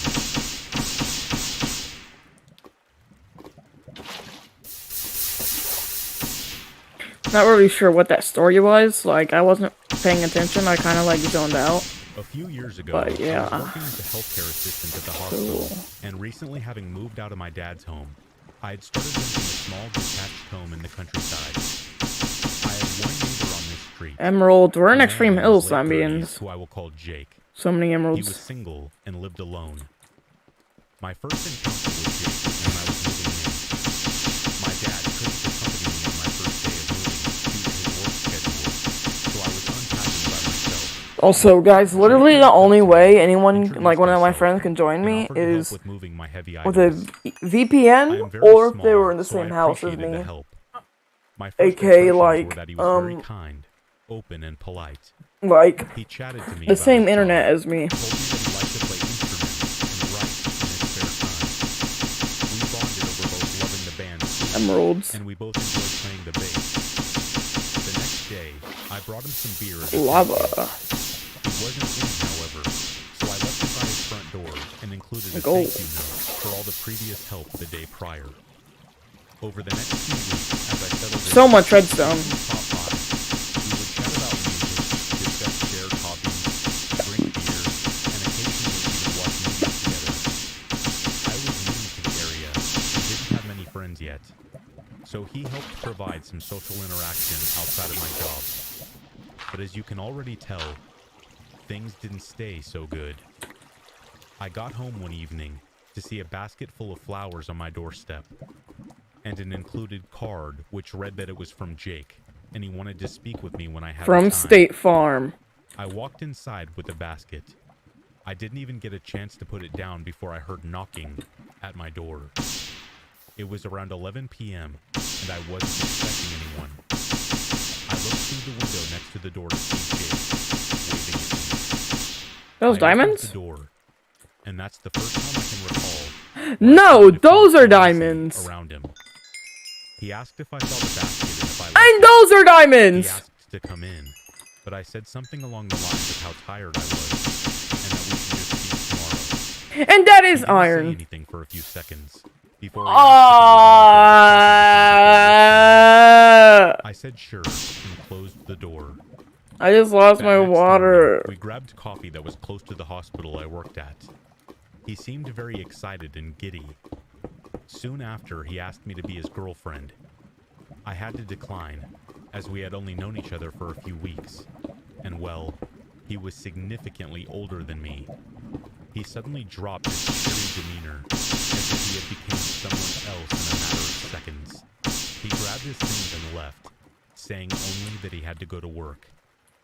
I went to work too, and tried not to think too much on it. I had to work overtime that night, and started heading home at around midnight. When I pulled up to my home, I saw Jake sitting on my doorstep. I really didn't want to get out of my car, but I did, and walked up to him. He started off politely, asking if I had thought over his proposal. I said no, that I'm sorry, but I'm not interested. Not Once interested, again, as sorry. if a switch had flipped, he went off on me, calling me spoiled and ungrateful. I was scared at that point and asked him to leave. He wouldn't. I managed to get to my car with him following me and showed him through the window that I'm calling the police. He swore at me and left. I didn't call the police that night. I gave him the benefit of the doubt, thinking he was just frustrated. One of my biggest regrets was not calling them. The next morning, I found wildflowers that looked like they were picked from a garden at my front door, as well as a post-it note with the word, "Sorry," and a sad face drawn on it. At work that day, I was called by the nurse in charge, who took me aside, saying my boyfriend was here to see me, as it's urgent. It's urgent. She also told me to tell my boyfriend that he should not come to see me at work again, especially since I wasn't on break, as it's unprofessional. It was Jake. He wanted to ask me if I had gotten his flowers and message. I went off on him, saying things along the lines of how dare he come to my work, getting me in trouble no less, pose as my boyfriend. All of this took place in the canteen. He didn't say anything, didn't apologize. I told him to knock it off, and I left. Things only got worse from there. He would often wait for me when I got home, try to bribe me with gifts, more flowers. He even went as far and got me a new guitar. I accepted nothing, and always left everything where he had put it. I eventually broke down to my Dude, dad, that's a free who asked guitar. if I wanted him to speak to Jake. I said no.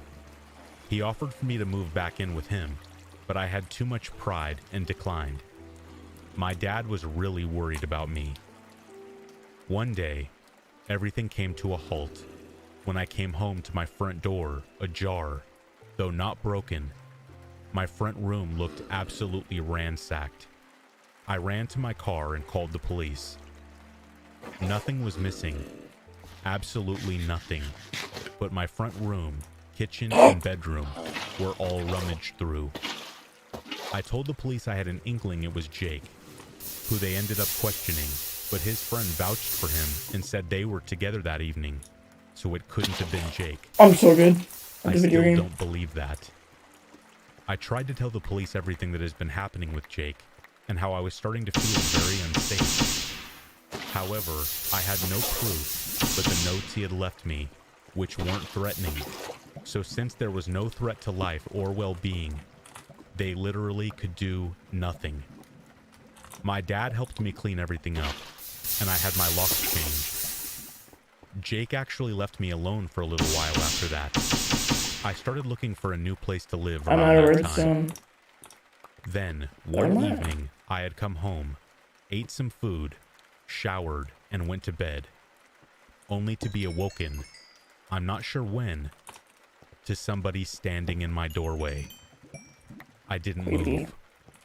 I remember originally thinking I was having a sleep paralysis episode, but after moving my fingers, I realized I was fully awake, with a dark figure clearly standing in my doorway. My phone was under my pillow, so I rolled over to my side, pretending to still be asleep, and I just waited, with my hand under my pillow on my phone. There was no way I could call the police without alerting the person in my doorway. Eventually, I could hear the footsteps fade, and I called the police, only telling them my address and that someone just broke into my home, and that I think they're still here. I got out of bed, grabbed the keys on my nightstand, and got out of the house by going out my window and bolting to my car. I had on a tank top and shorts. I didn't even have shoes on, which made driving horrible. I saw him then when I was pulling out, standing in the kitchen through the window. It was Jake. I had a small essential oil diffuser next to the window that shined enough light to be able to tell who the figure was. I drove as I spoke to the police. I remember just completely detaching from reality. At least, that's what it felt like. I drove to my dad's house. Keep on swinging, keep on After looking over swinging. my house, What did I the pass? police Wait, drove to what? my dad's home where I was. I told them I passed everything, diamonds! how he had been What? following me, coming to my work, waiting for me, I didn't even know that, babe. and now I was 100% There's sure more! he broke into my home. And was trying to Yo! do God knows what. I was told that they found my front door locked when they got there, and went to knock on Jake's door. He answered and looked as if he had just woken up. They asked him some questions and left him alone. It is so unimaginably hard to prove that you're being stalked in the UK.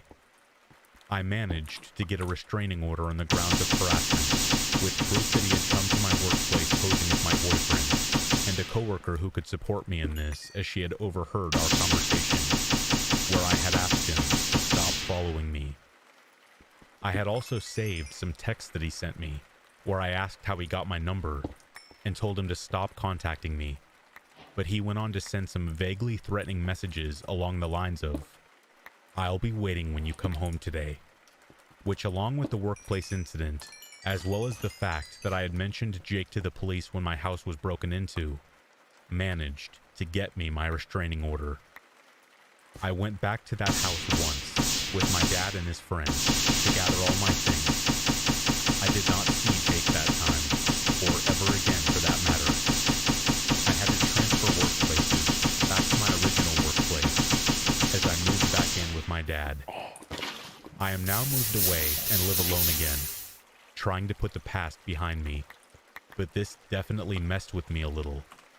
I had to get into therapy and found it difficult to develop friendships, especially romantic relationships.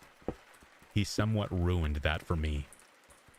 I have not made any new friends since. Never had a boyfriend either. I find it very hard to trust people outside of work colleagues and family. That's gonna look like I'm cheating.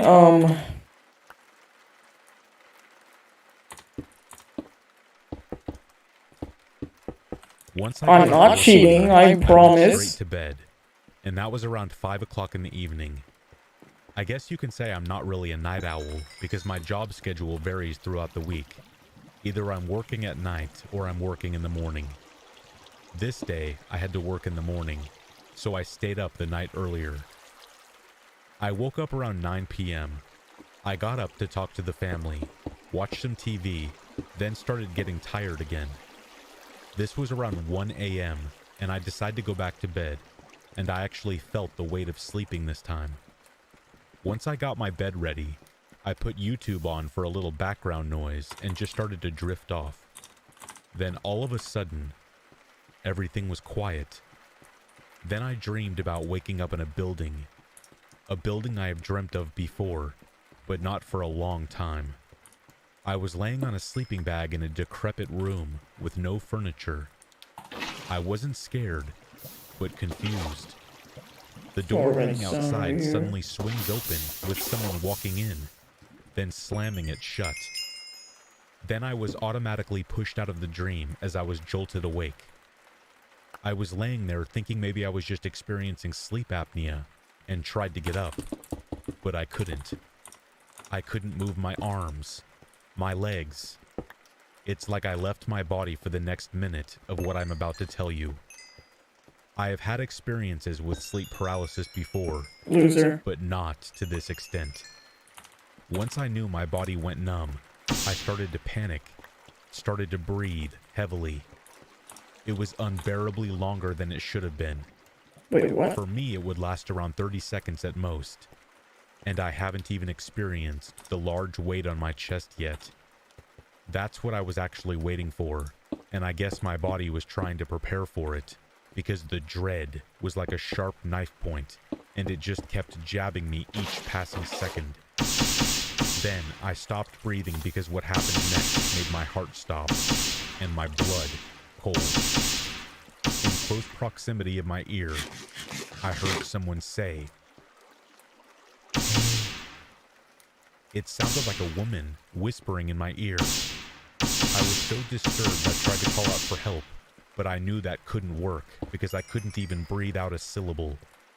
I tried to break free of this invisible bind, but I gave up and knew I had to rough through it. The next thing I know, something sits on my chest, but it wasn't the normal weight I would experience in these episodes. It was something lighter that felt less aggressive. It felt like fingertips caressing across my chest in a sensual way, laying down on my right pec. It was followed by a leg wrapping itself on the front of my thighs. The next thing I know, the left side of my body was being weighed upon, like someone would be cuddling up next to me. Just for the record, I don't have a girlfriend, and I doubt anyone in my house would start sneaking into my room at night. I was frightened and confused. That would be I kind of still creepy. couldn't move. Then the woman's voice came back. "What are you doing?" It said Step in a bro. very quiet, sincere tone. I didn't know what was happening, but I knew I had to respond. So as calmly as I could, I said, "I'm trying to sleep." That's when I noticed my face can move, and my hands can move, but I refused to open my eyes, because I didn't care for what there was to see. The next thing I knew, the weight on my left side started to diminish, and my body to move again. So I shot up. Wait, looked did I around mine the me. diamonds? No one was there. My senses started to come back, and the sound of my computer comes back to me, like it was never turned off. I didn't bother going back to sleep. I guess this was a wake-up call. I need a better sleep schedule. Probably need to change a few things from now on. But my mind is still stuck on it. Was it a spirit? Was it part of the dream I was having? If it was a spirit, maybe it was just lonely, and it just needed a body to lay with. Maybe it was a dream, but I don't dream that often, especially if the touch I felt is real. I don't know what to think. I guess I'll just chalk it up to a hallucination and get on with my life. Oh my, I'm getting giddy.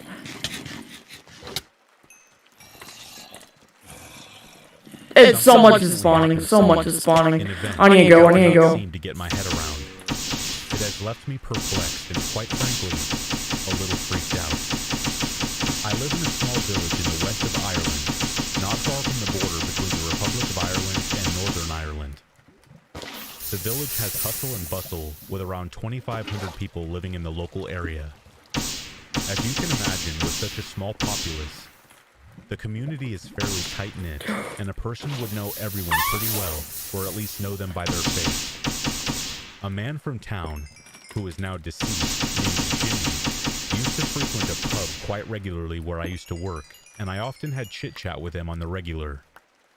In more recent years, I did some training in the local nursing home where Jimmy was a full-time resident. He was suffering from Alzheimer's and was now under constant supervision. While his memory was virtually gone, he never lost his ability to play cards, so during my training, I often spent time playing cards with him, and it goes without saying. Thanks for watching the stream, Sparrows. Pretty much every I day. appreciate it. While this information does seem trivial, Watching it is me relevant to do what this. I'm about to tell you. My one viewer. As I mentioned I love you. before, Jimmy is now deceased and is buried in a local cemetery. I know I don't which is post adjoining often to the anymore, but church. In the it's fun evening, I when bring you my actually dogs for start walks, posting, and you know? one route I often It's gonna be take is fun. through the church grounds, Well, and I I'm cut not through the posting. cemetery. There is a large view of the village You and the know. valley in which it is situated from the cemetery. The cemetery is on a gradual slope, and as you'd expect, all the graves are in rows. Life goes My on dogs, who are and both on. Jack Russell Terriers and indeed so, are very feisty, I'm probably so far and away nothing from my ever really house. spooks them. Good thing FTP. One evening last week, I decided to cut through the I'm graveyard gonna get like I often 64 do. diamonds and then I'm gonna dip. But when we reached I'll get the back gate of on. the graveyard, both of the So dogs I had like one been vein of diamonds, were like gathered decent into vein of patterns diamonds, with and then tails wagging in general I can go home. to get out for a walk. To that Start I wasting their till heads were now, narrowed so and it probably tails won't were happen. red, and Because showed there's so stubbornness much is as around they me. passed through the gate. Thinking nothing of it, I pulled the two dogs through the gate jokingly, scolding them, and asking them in the quaint country Irish way, "What is wrong with you?" We walked up the gradual slope, passing by graves of folks who had passed on along the way. Some of the names I recognized, and some were unfamiliar. Oh, there's the Nothing diamonds. strange in that. Normally, when I reached the last grave on the slope, Alright. I would be passing by Jimmy's grave. I would normally stop for just a brief moment. Let's see how and far in my head, home I would is. say to That's pretty myself, far. "How are you, Jimmy?" Now, I am a quality manager at work, so it's Teleported fair to say that I Eggy's do life to notice a lot of 41.5, That's things. And I scared me, 84.5, bro. 100, Jimmy's grave and was 40.5. definitely the last one on the slope, in the very front row. I at least passed it once a week since he passed away, and I know that it was definitely without a shadow of a doubt located right there. The evening in question, as the dogs and I reached the last Oops. grave, my heart nearly went into my mouth. Jimmy's grave was not there. I couldn't understand it. A completely different gravestone stood there of a woman who I also knew from the locale. But how could this be? Jimmy's grave was definitely there. Perfect. My Let's see eyes the were profit. darting from grave to 32k. grave looking for Jimmy's grave in despair. I eventually found it 3 or 4 rows back, but One nowhere milli, near one the milli, top one front milli? row where I had I seen might it get a lot from that so many too. times. So Miffed about what had just happened, an uneasy feeling came over me, and the hairs nice. began to stand on the back of my neck.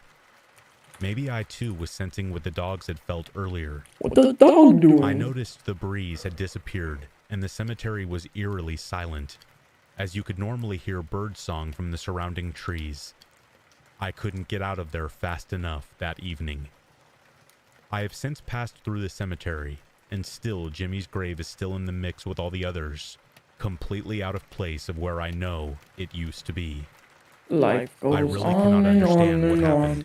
Yeah, I'm gonna It's not as if save. they moved his plot, or that many I'm gonna people had been save. I'm buried gonna since he save. I'm gonna was. save. Reflecting upon this story, I recalled something that happened to me a few years earlier in that cemetery. Every July on the last Sunday of the month, the local priest holds a ceremony called the Blessing of the Graves. As my grandparents are buried there, I would normally attend such an event, not so much for the religious aspect, but just to catch up with my relatives who would attend.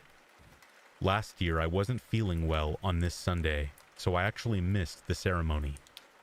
Feeling a little guilty about this, I decided in my free time to go to the grave to maybe say a quiet prayer for my grandparents. Am I getting crushed? I have been to the grave many times, as I often help my mother maintain it by weeding and decorating it with flowers. as well as the annual visit for the blessing of the graves. One nice big game. I could not find the grave, and I spent a good 20 minutes looking for it. So it is Myself, I just put officially it down to my own 24 ignorance as days to why I couldn't find it. until But Christmas. now in hindsight, Until I Christmas. wonder if instead of my ignorance, was there something a little more sinister and paranormal at play? Yeah, my game crashed.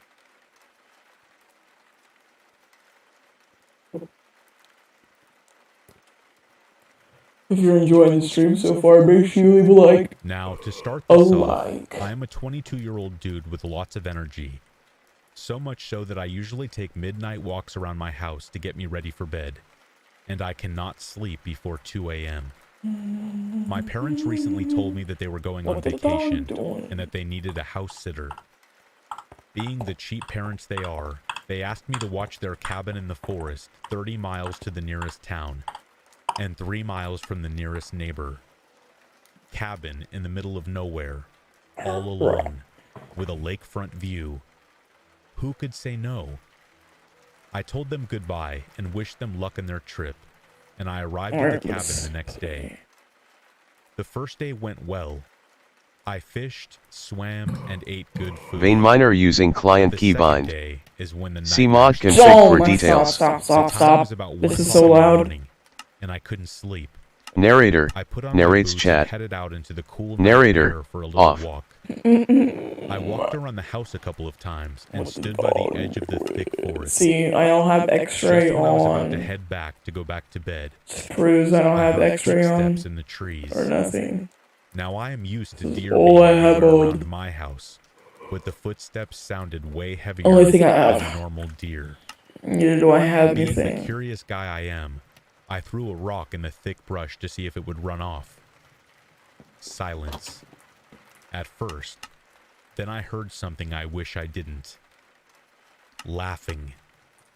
Not from a normal person, but from someone who sounded insane. Then the same rock I threw was thrown right back at me. I never ran so fast in my life. So yeah, I I ran think into I'm my gonna play a truck. different game now. When I started Like the maybe ignition Apex. and the headlights came on, I could see a Oh, bald nice man sturdy still I laughing, had. standing in the same Alright. spot I was just standing. Apex time. I sped until I reached the end of the long driveway. I then called the sheriff and had to wait for about an hour. When they got there, So scary stories are going off. Yes, sir.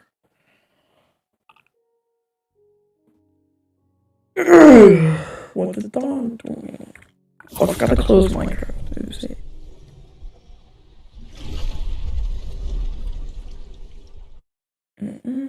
Mm-mm.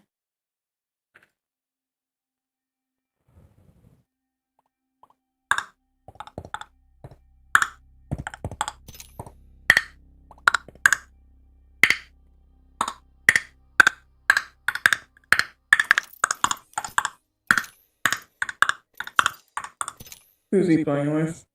No one playing. I'm surprised he's still on, honestly. I'll go back to delete my game capture, boom. And then...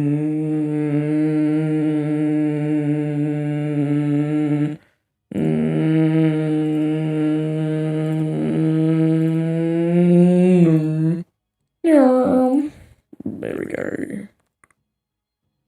Perfect. There we go.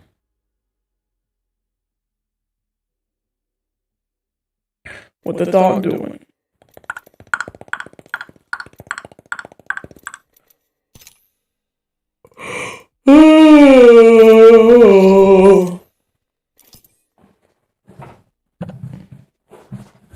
Henry, if you're watching this stream, get on Apex, little boy.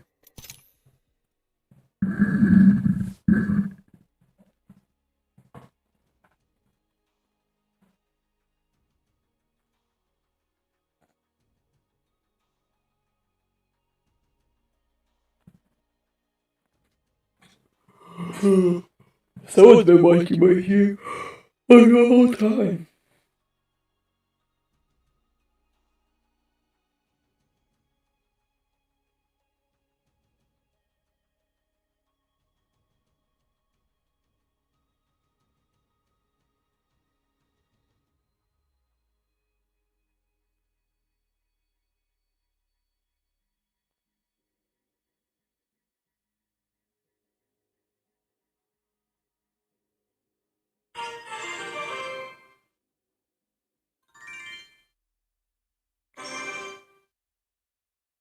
Yes, I'm playing Clash Royale. Leave me alone.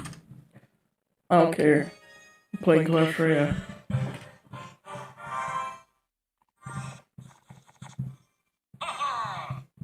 Hee hee hee haw.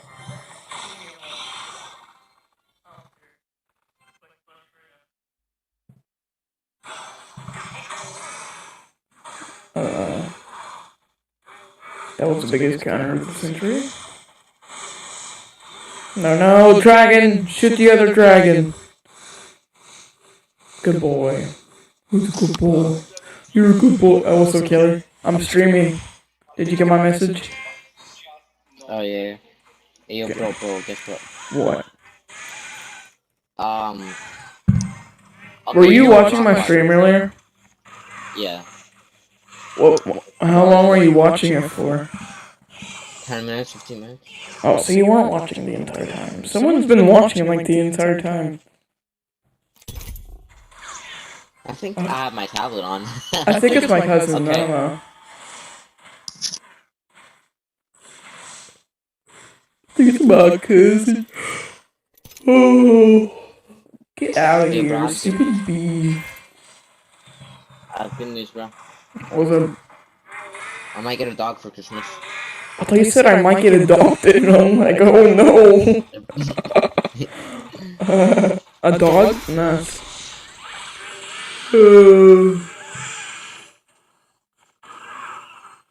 Life goes on and on and on and on and on. Oh, he still has elixir? How? How? Why would... I put my thing down! How did he... Oh. This person is attracted to guys. Streaming, bro? What? Are you still streaming? Yeah. You're a nigga. I'm kidding.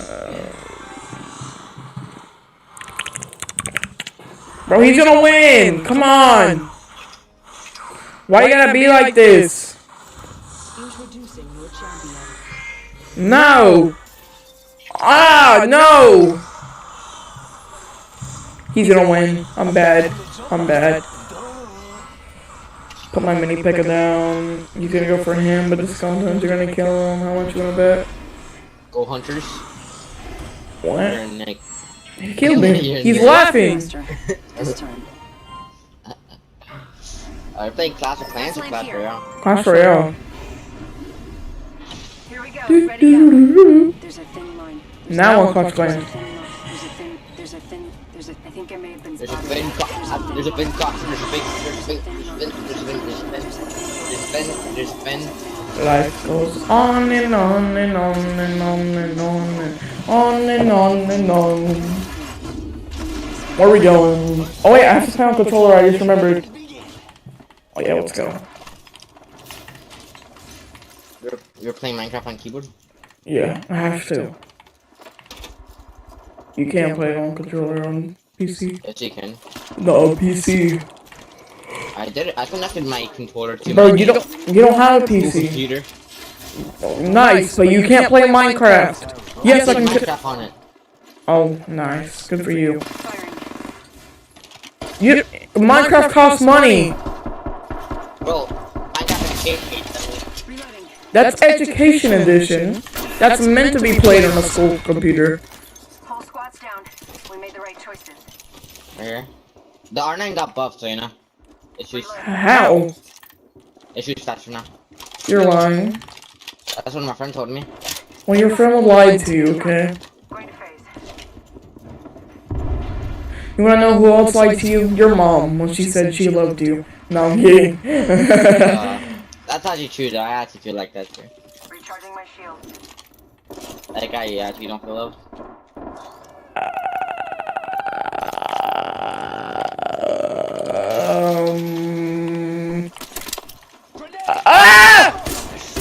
On me? Frag out. Tag out. Where is he? I don't know. I got out of there.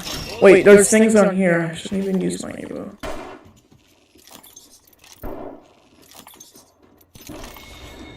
Did you kill him? Hold the pop. Nice. It feels good. I'm gonna blow your ass. I mean, what? I'm gonna turn you into a shish kebab. I'm returning you to your dad. Gone. I'm gonna give you a blowjob. Come on. I'm streaming. Stop Oh, you're it. streaming? You creaming? Whatever. Outside. Yeah, I hear him. He's falling. What are you calling my phone? I need to use shields. It's a sweaty little wraith. She's wearing the 722 skin. If it's the guy that asked me for this.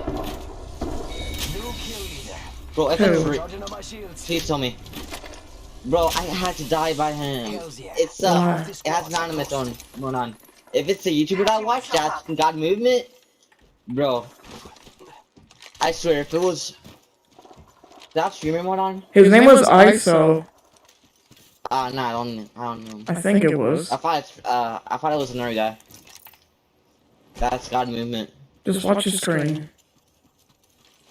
If he had got him, you would not have killed him. Trust me.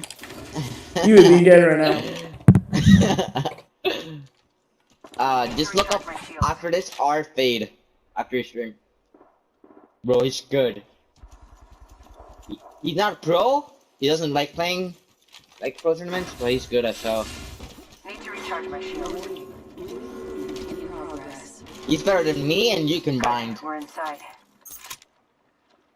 No one can be better than me, though. Yeah, definitely. Literally, there's not a single person on this earth that's better than me. My ultimate's ready. You know? Got my Push it. ultimate. Ready to Target fly, spotted. compadres? Push them then? Bet. I'm gonna play super aggressive this match. Yeah, me too. I'm gonna play super aggressive. Strike out. Bag out. You like bang out, you getting bigger. Right here. Cracked one. I'm pushing. Come on, he's on your floor. He's dead.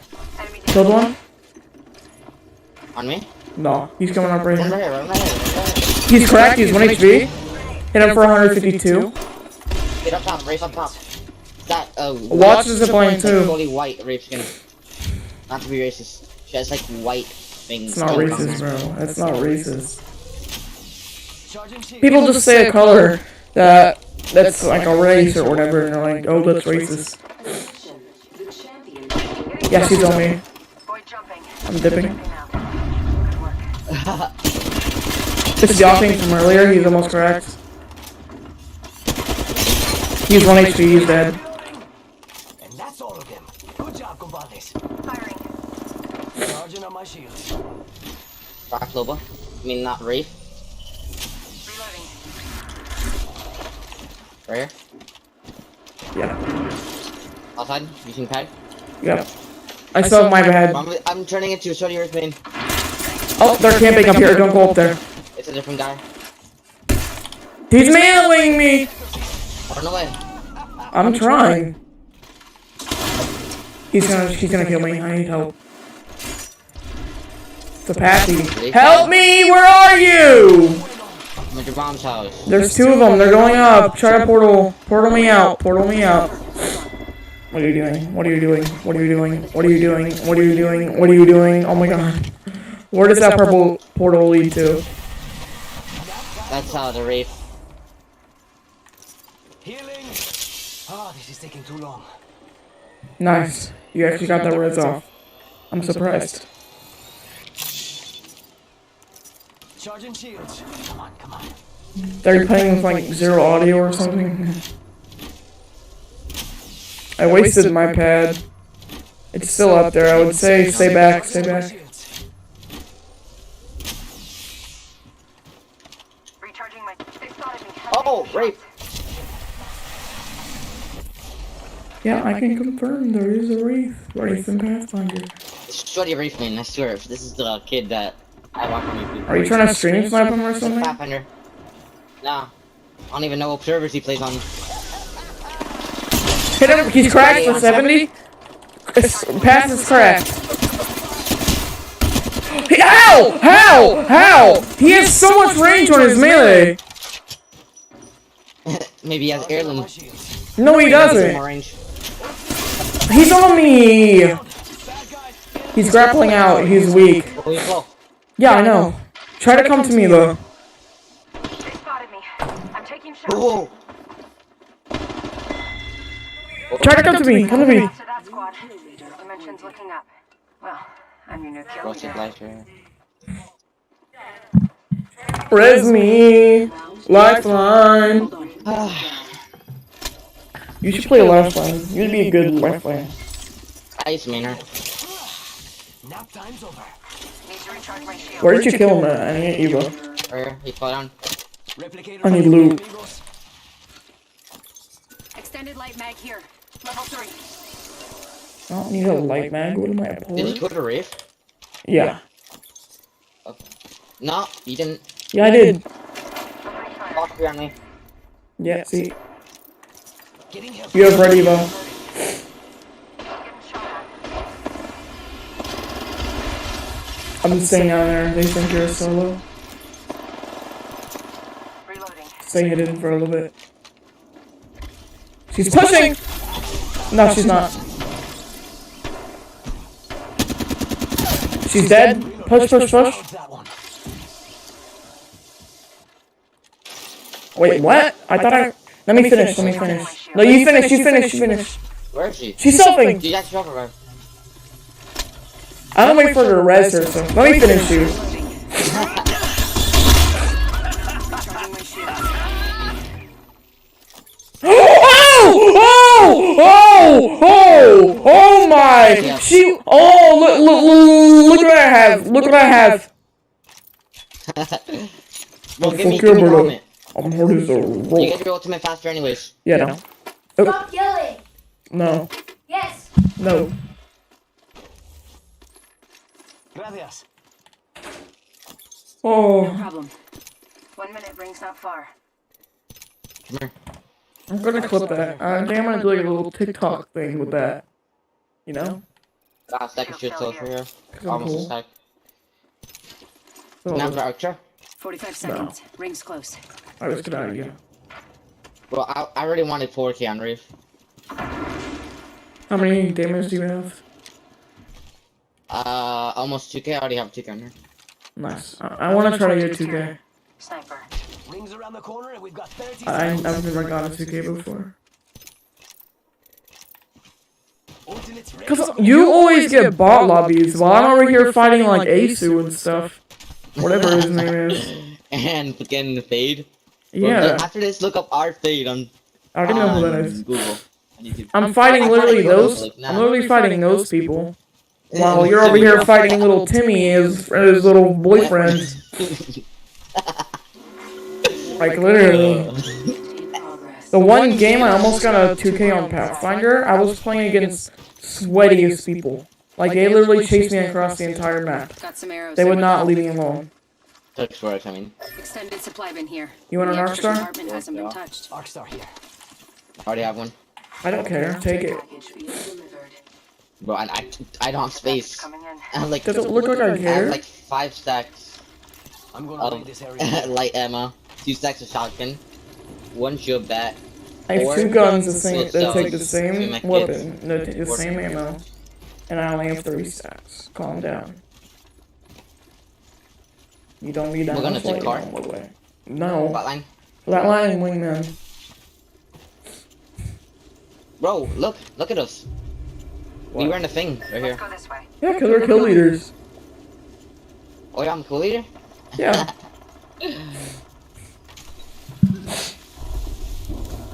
Stop Asian hate, bro.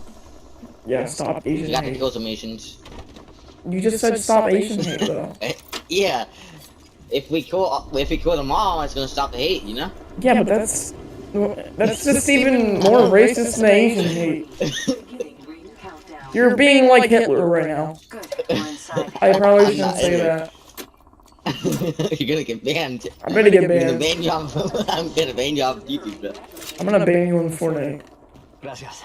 I don't even play that game anymore. We were literally playing it earlier just because we wanted to play the OG map. Yeah, because like, I'm gonna play the event though. The chapter 3 event, I'm gonna play that. I'm gonna play it. yeah, me too. It's Saturday. It's on Where's you know, Really? the thingy. Really? Opening fire.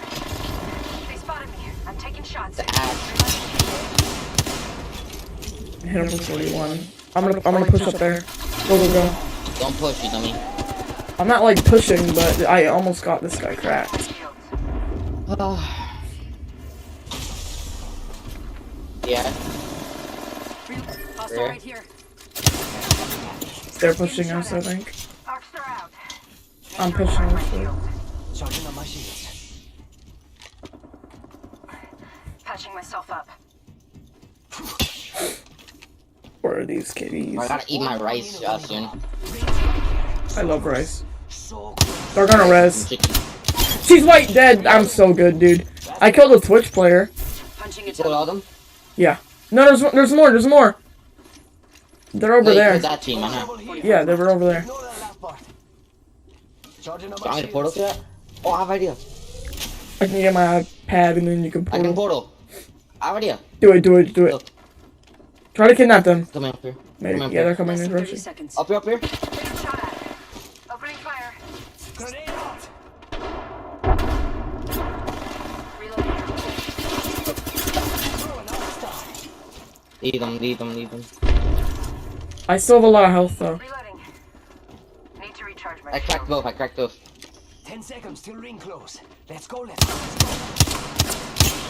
I'm so bad. I take that back on what I said earlier. I'm literally terrible at this game. Come on. Patching myself up. Yo, got my ultimate. Oh, you do. Rings moving. Shotgun. Give me that shotgun bolt. Level 3. Yeah, I know. I'm playing more. Heads up. Care package coming in. I don't Need to even recharge need my it. shields. We gotta go zone. This zone hurts. No, don't go out. I have my ultimate. No. Just go. We can catch them in zone. Cause this zone hurts a lot. Recharging my shields. Like, it hurts a lot. I had to fight in this zone before and it sucked. I have heat shield. Same.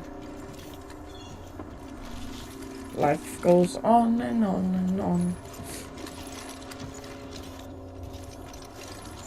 Right here. They're in there. And there. Contact with target. They're there. I'm not here to sell me chickens. But I hear there's so many chickens. I kinda wish they were.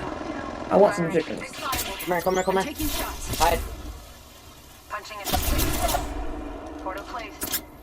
Charging Take shields. that portal. Recharging my shields. Yeah, I know. I was just healing up a little bit. Inside. Run. I have my pad. You dummy. The beat's over here. My shields. Getting health back. Please don't see me. He sees me. I popped the phoenix. You can pop it. I popped it. Funny. I think should have fast healing. Because it's fast, you know? I don't think so. They use an ultimate. Let them fight. Trying to get us. I don't think so. Come up here. No, they're fighting. I can't. Come up here. You can't. Oh shit, you can't. Nice. 2 other squads remain. Sick. You Over can push there. it. Dudes over there. I don't have my pad. I don't have my pad. They're I healing. think someone's charging. Bro, they have a Taking fire. Charge it. charge rifle. I hate my life. It's Fuse, Bangalore. Eat thermite. Inside. I go for thermite in there. I'm pushing the other side so they can't get out. Take this. Red That something. box here. I can't get in. Take it. Grenade.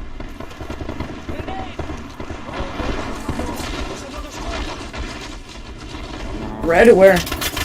Run. Charging shields. Like, this store is gonna do something. Run.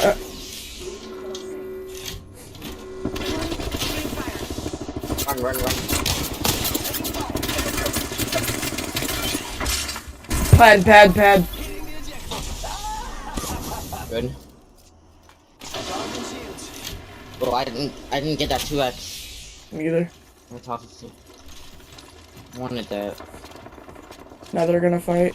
I have no more shield. My Do shields. you have any They knocked. shields? Push. Okay.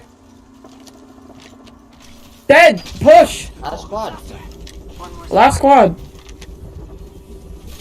Look, come here. Yeah, I know. They spotted me. I'm taking shots. I have an idea. I need cells. Facing. It's only one. It's only one. It's only one. He's cracked. He's cracked. He's dead. He's dead. He's dead. There's another one. No, he's 1 health though. He's not dead though. No, it's not one. Not one. Not one. Shot at. No, I'm dead. I take down. You have knockdown, you dumbass. Yeah, I know. Dead. We got second. We got second. Damn, bro. Can't do nothing. I told you I need cells.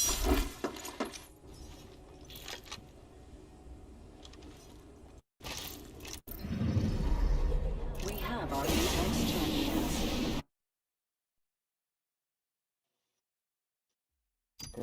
I told you I needed cells, but you just ignored me. You just ignored me. I'm about to level up.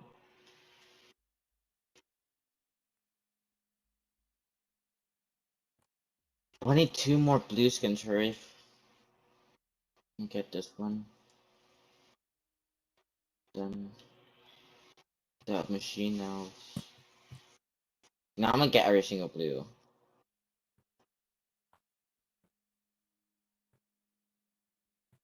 I just need 1, 2, 3, 4, 5, 6, 7, 8. I need 4. I need 8, bro. 8 more race skins. I'll be right back. Okay. Ready up though. It'll take like 2 seconds. And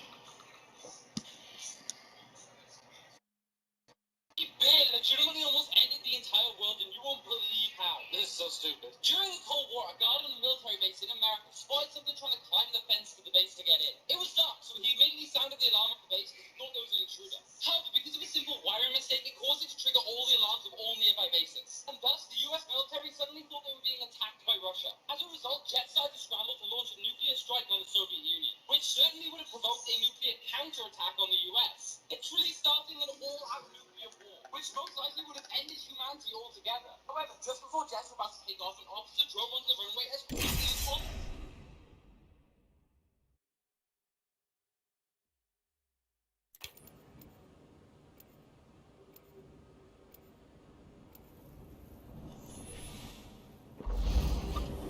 Do do do do.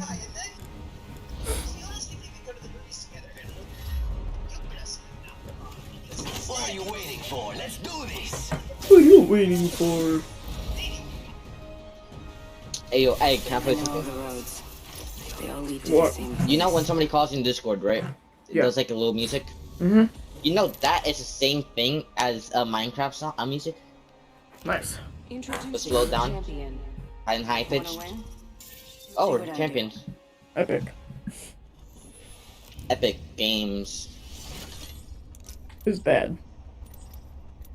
Run fast, hit fast, win. Run fast, run Let's make a choice. Run fast. Land here. fast, run fast, run fast, run fast, hit, run fast, run fast, run fast, run fast, run fast, run fast, hit fast, win Don't fast. blame yourself. Don't blame yourself. Don't blame yourself. Don't blame yourself. Don't blame yourself. Don't blame your. Don't blame yourself. Don't blame yourself. Don't blame yourself. Don't blame yourself. Don't blame yourself. Don't blame yourself. Don't blame yourself. Sounds like she's saying dumplings.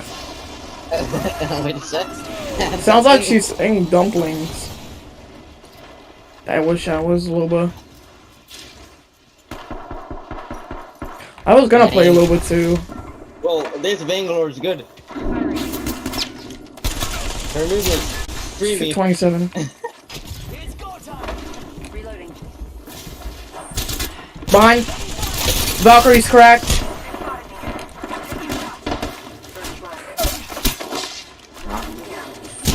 It won't let me pick up this Evo! Why? It didn't let me pick up the Evo!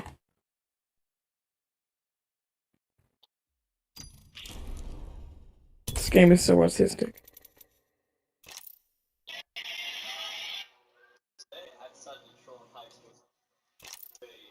I'm gonna go outside. I'm gonna end the stream. Well, let's play one more.